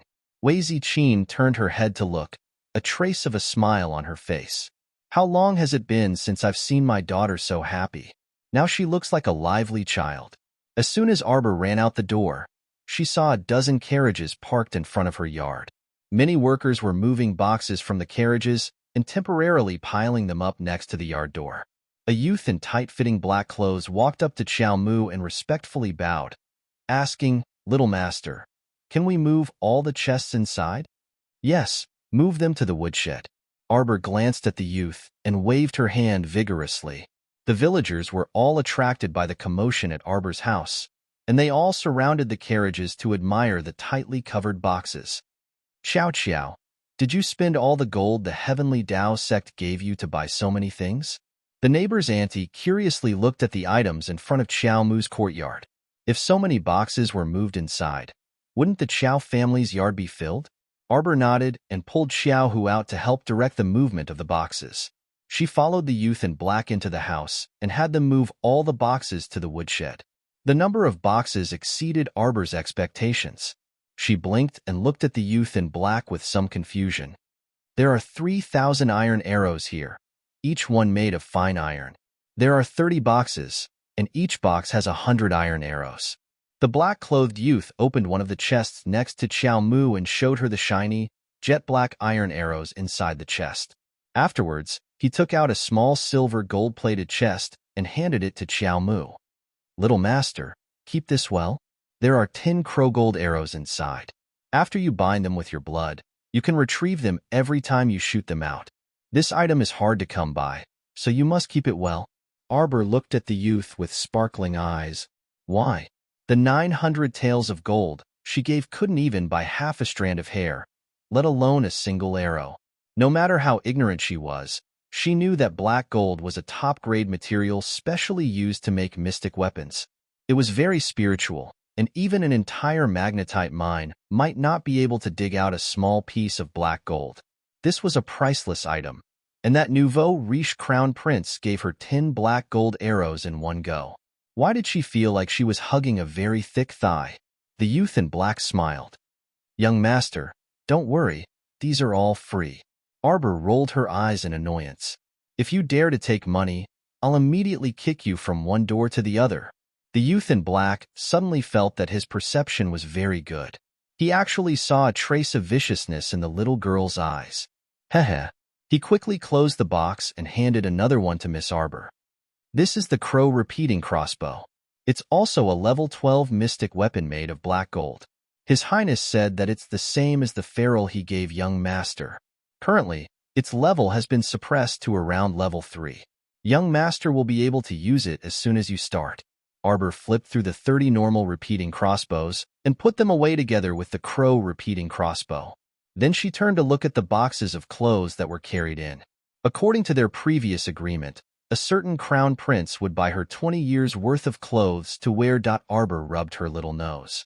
Cough, cough. 20 years seemed a bit long. At that time, she really did have the intention of making things difficult for him.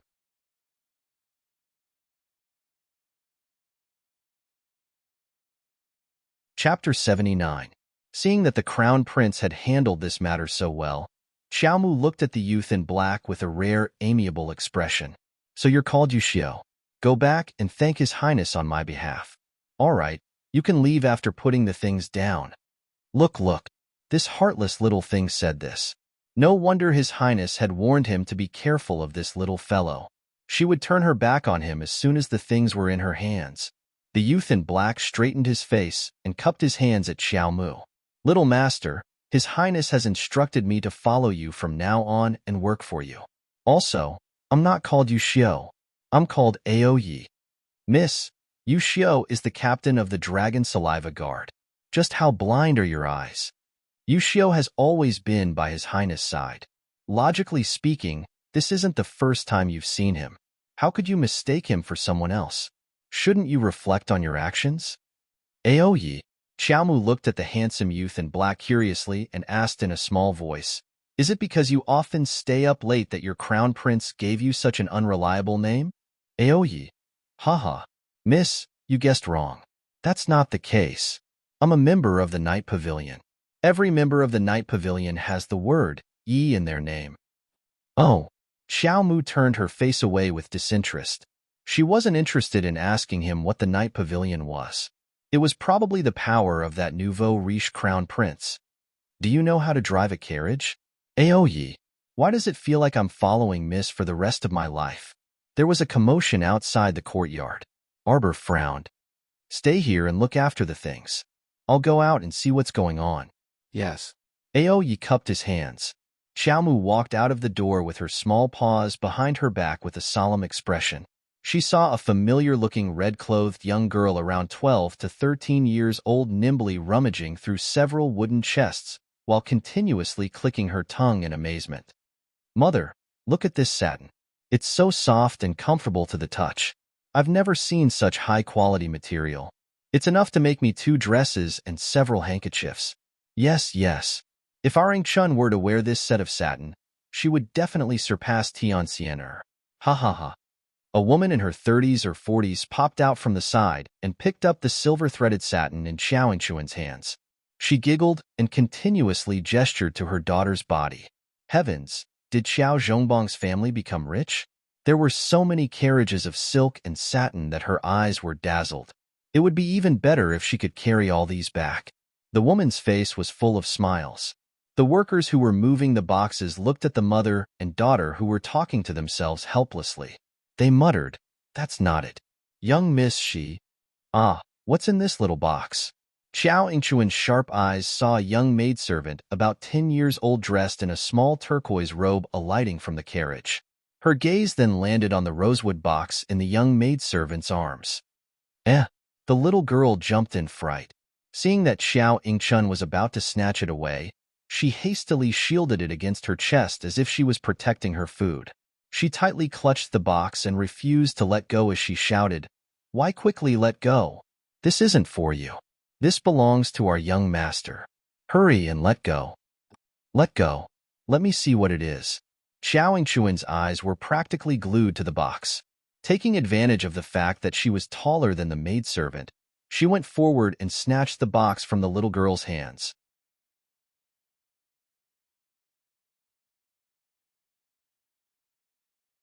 Chapter 80.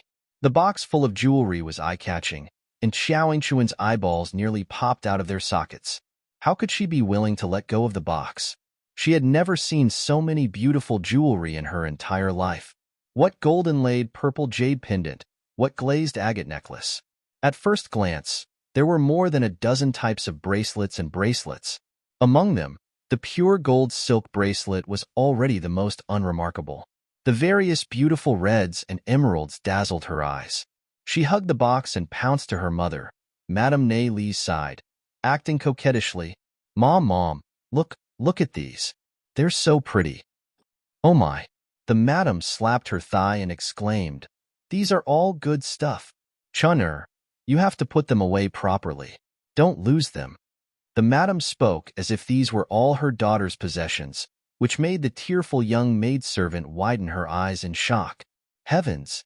The young maidservant swore that she had never seen such a bandit and shameless person. "Mom, I won't lose them."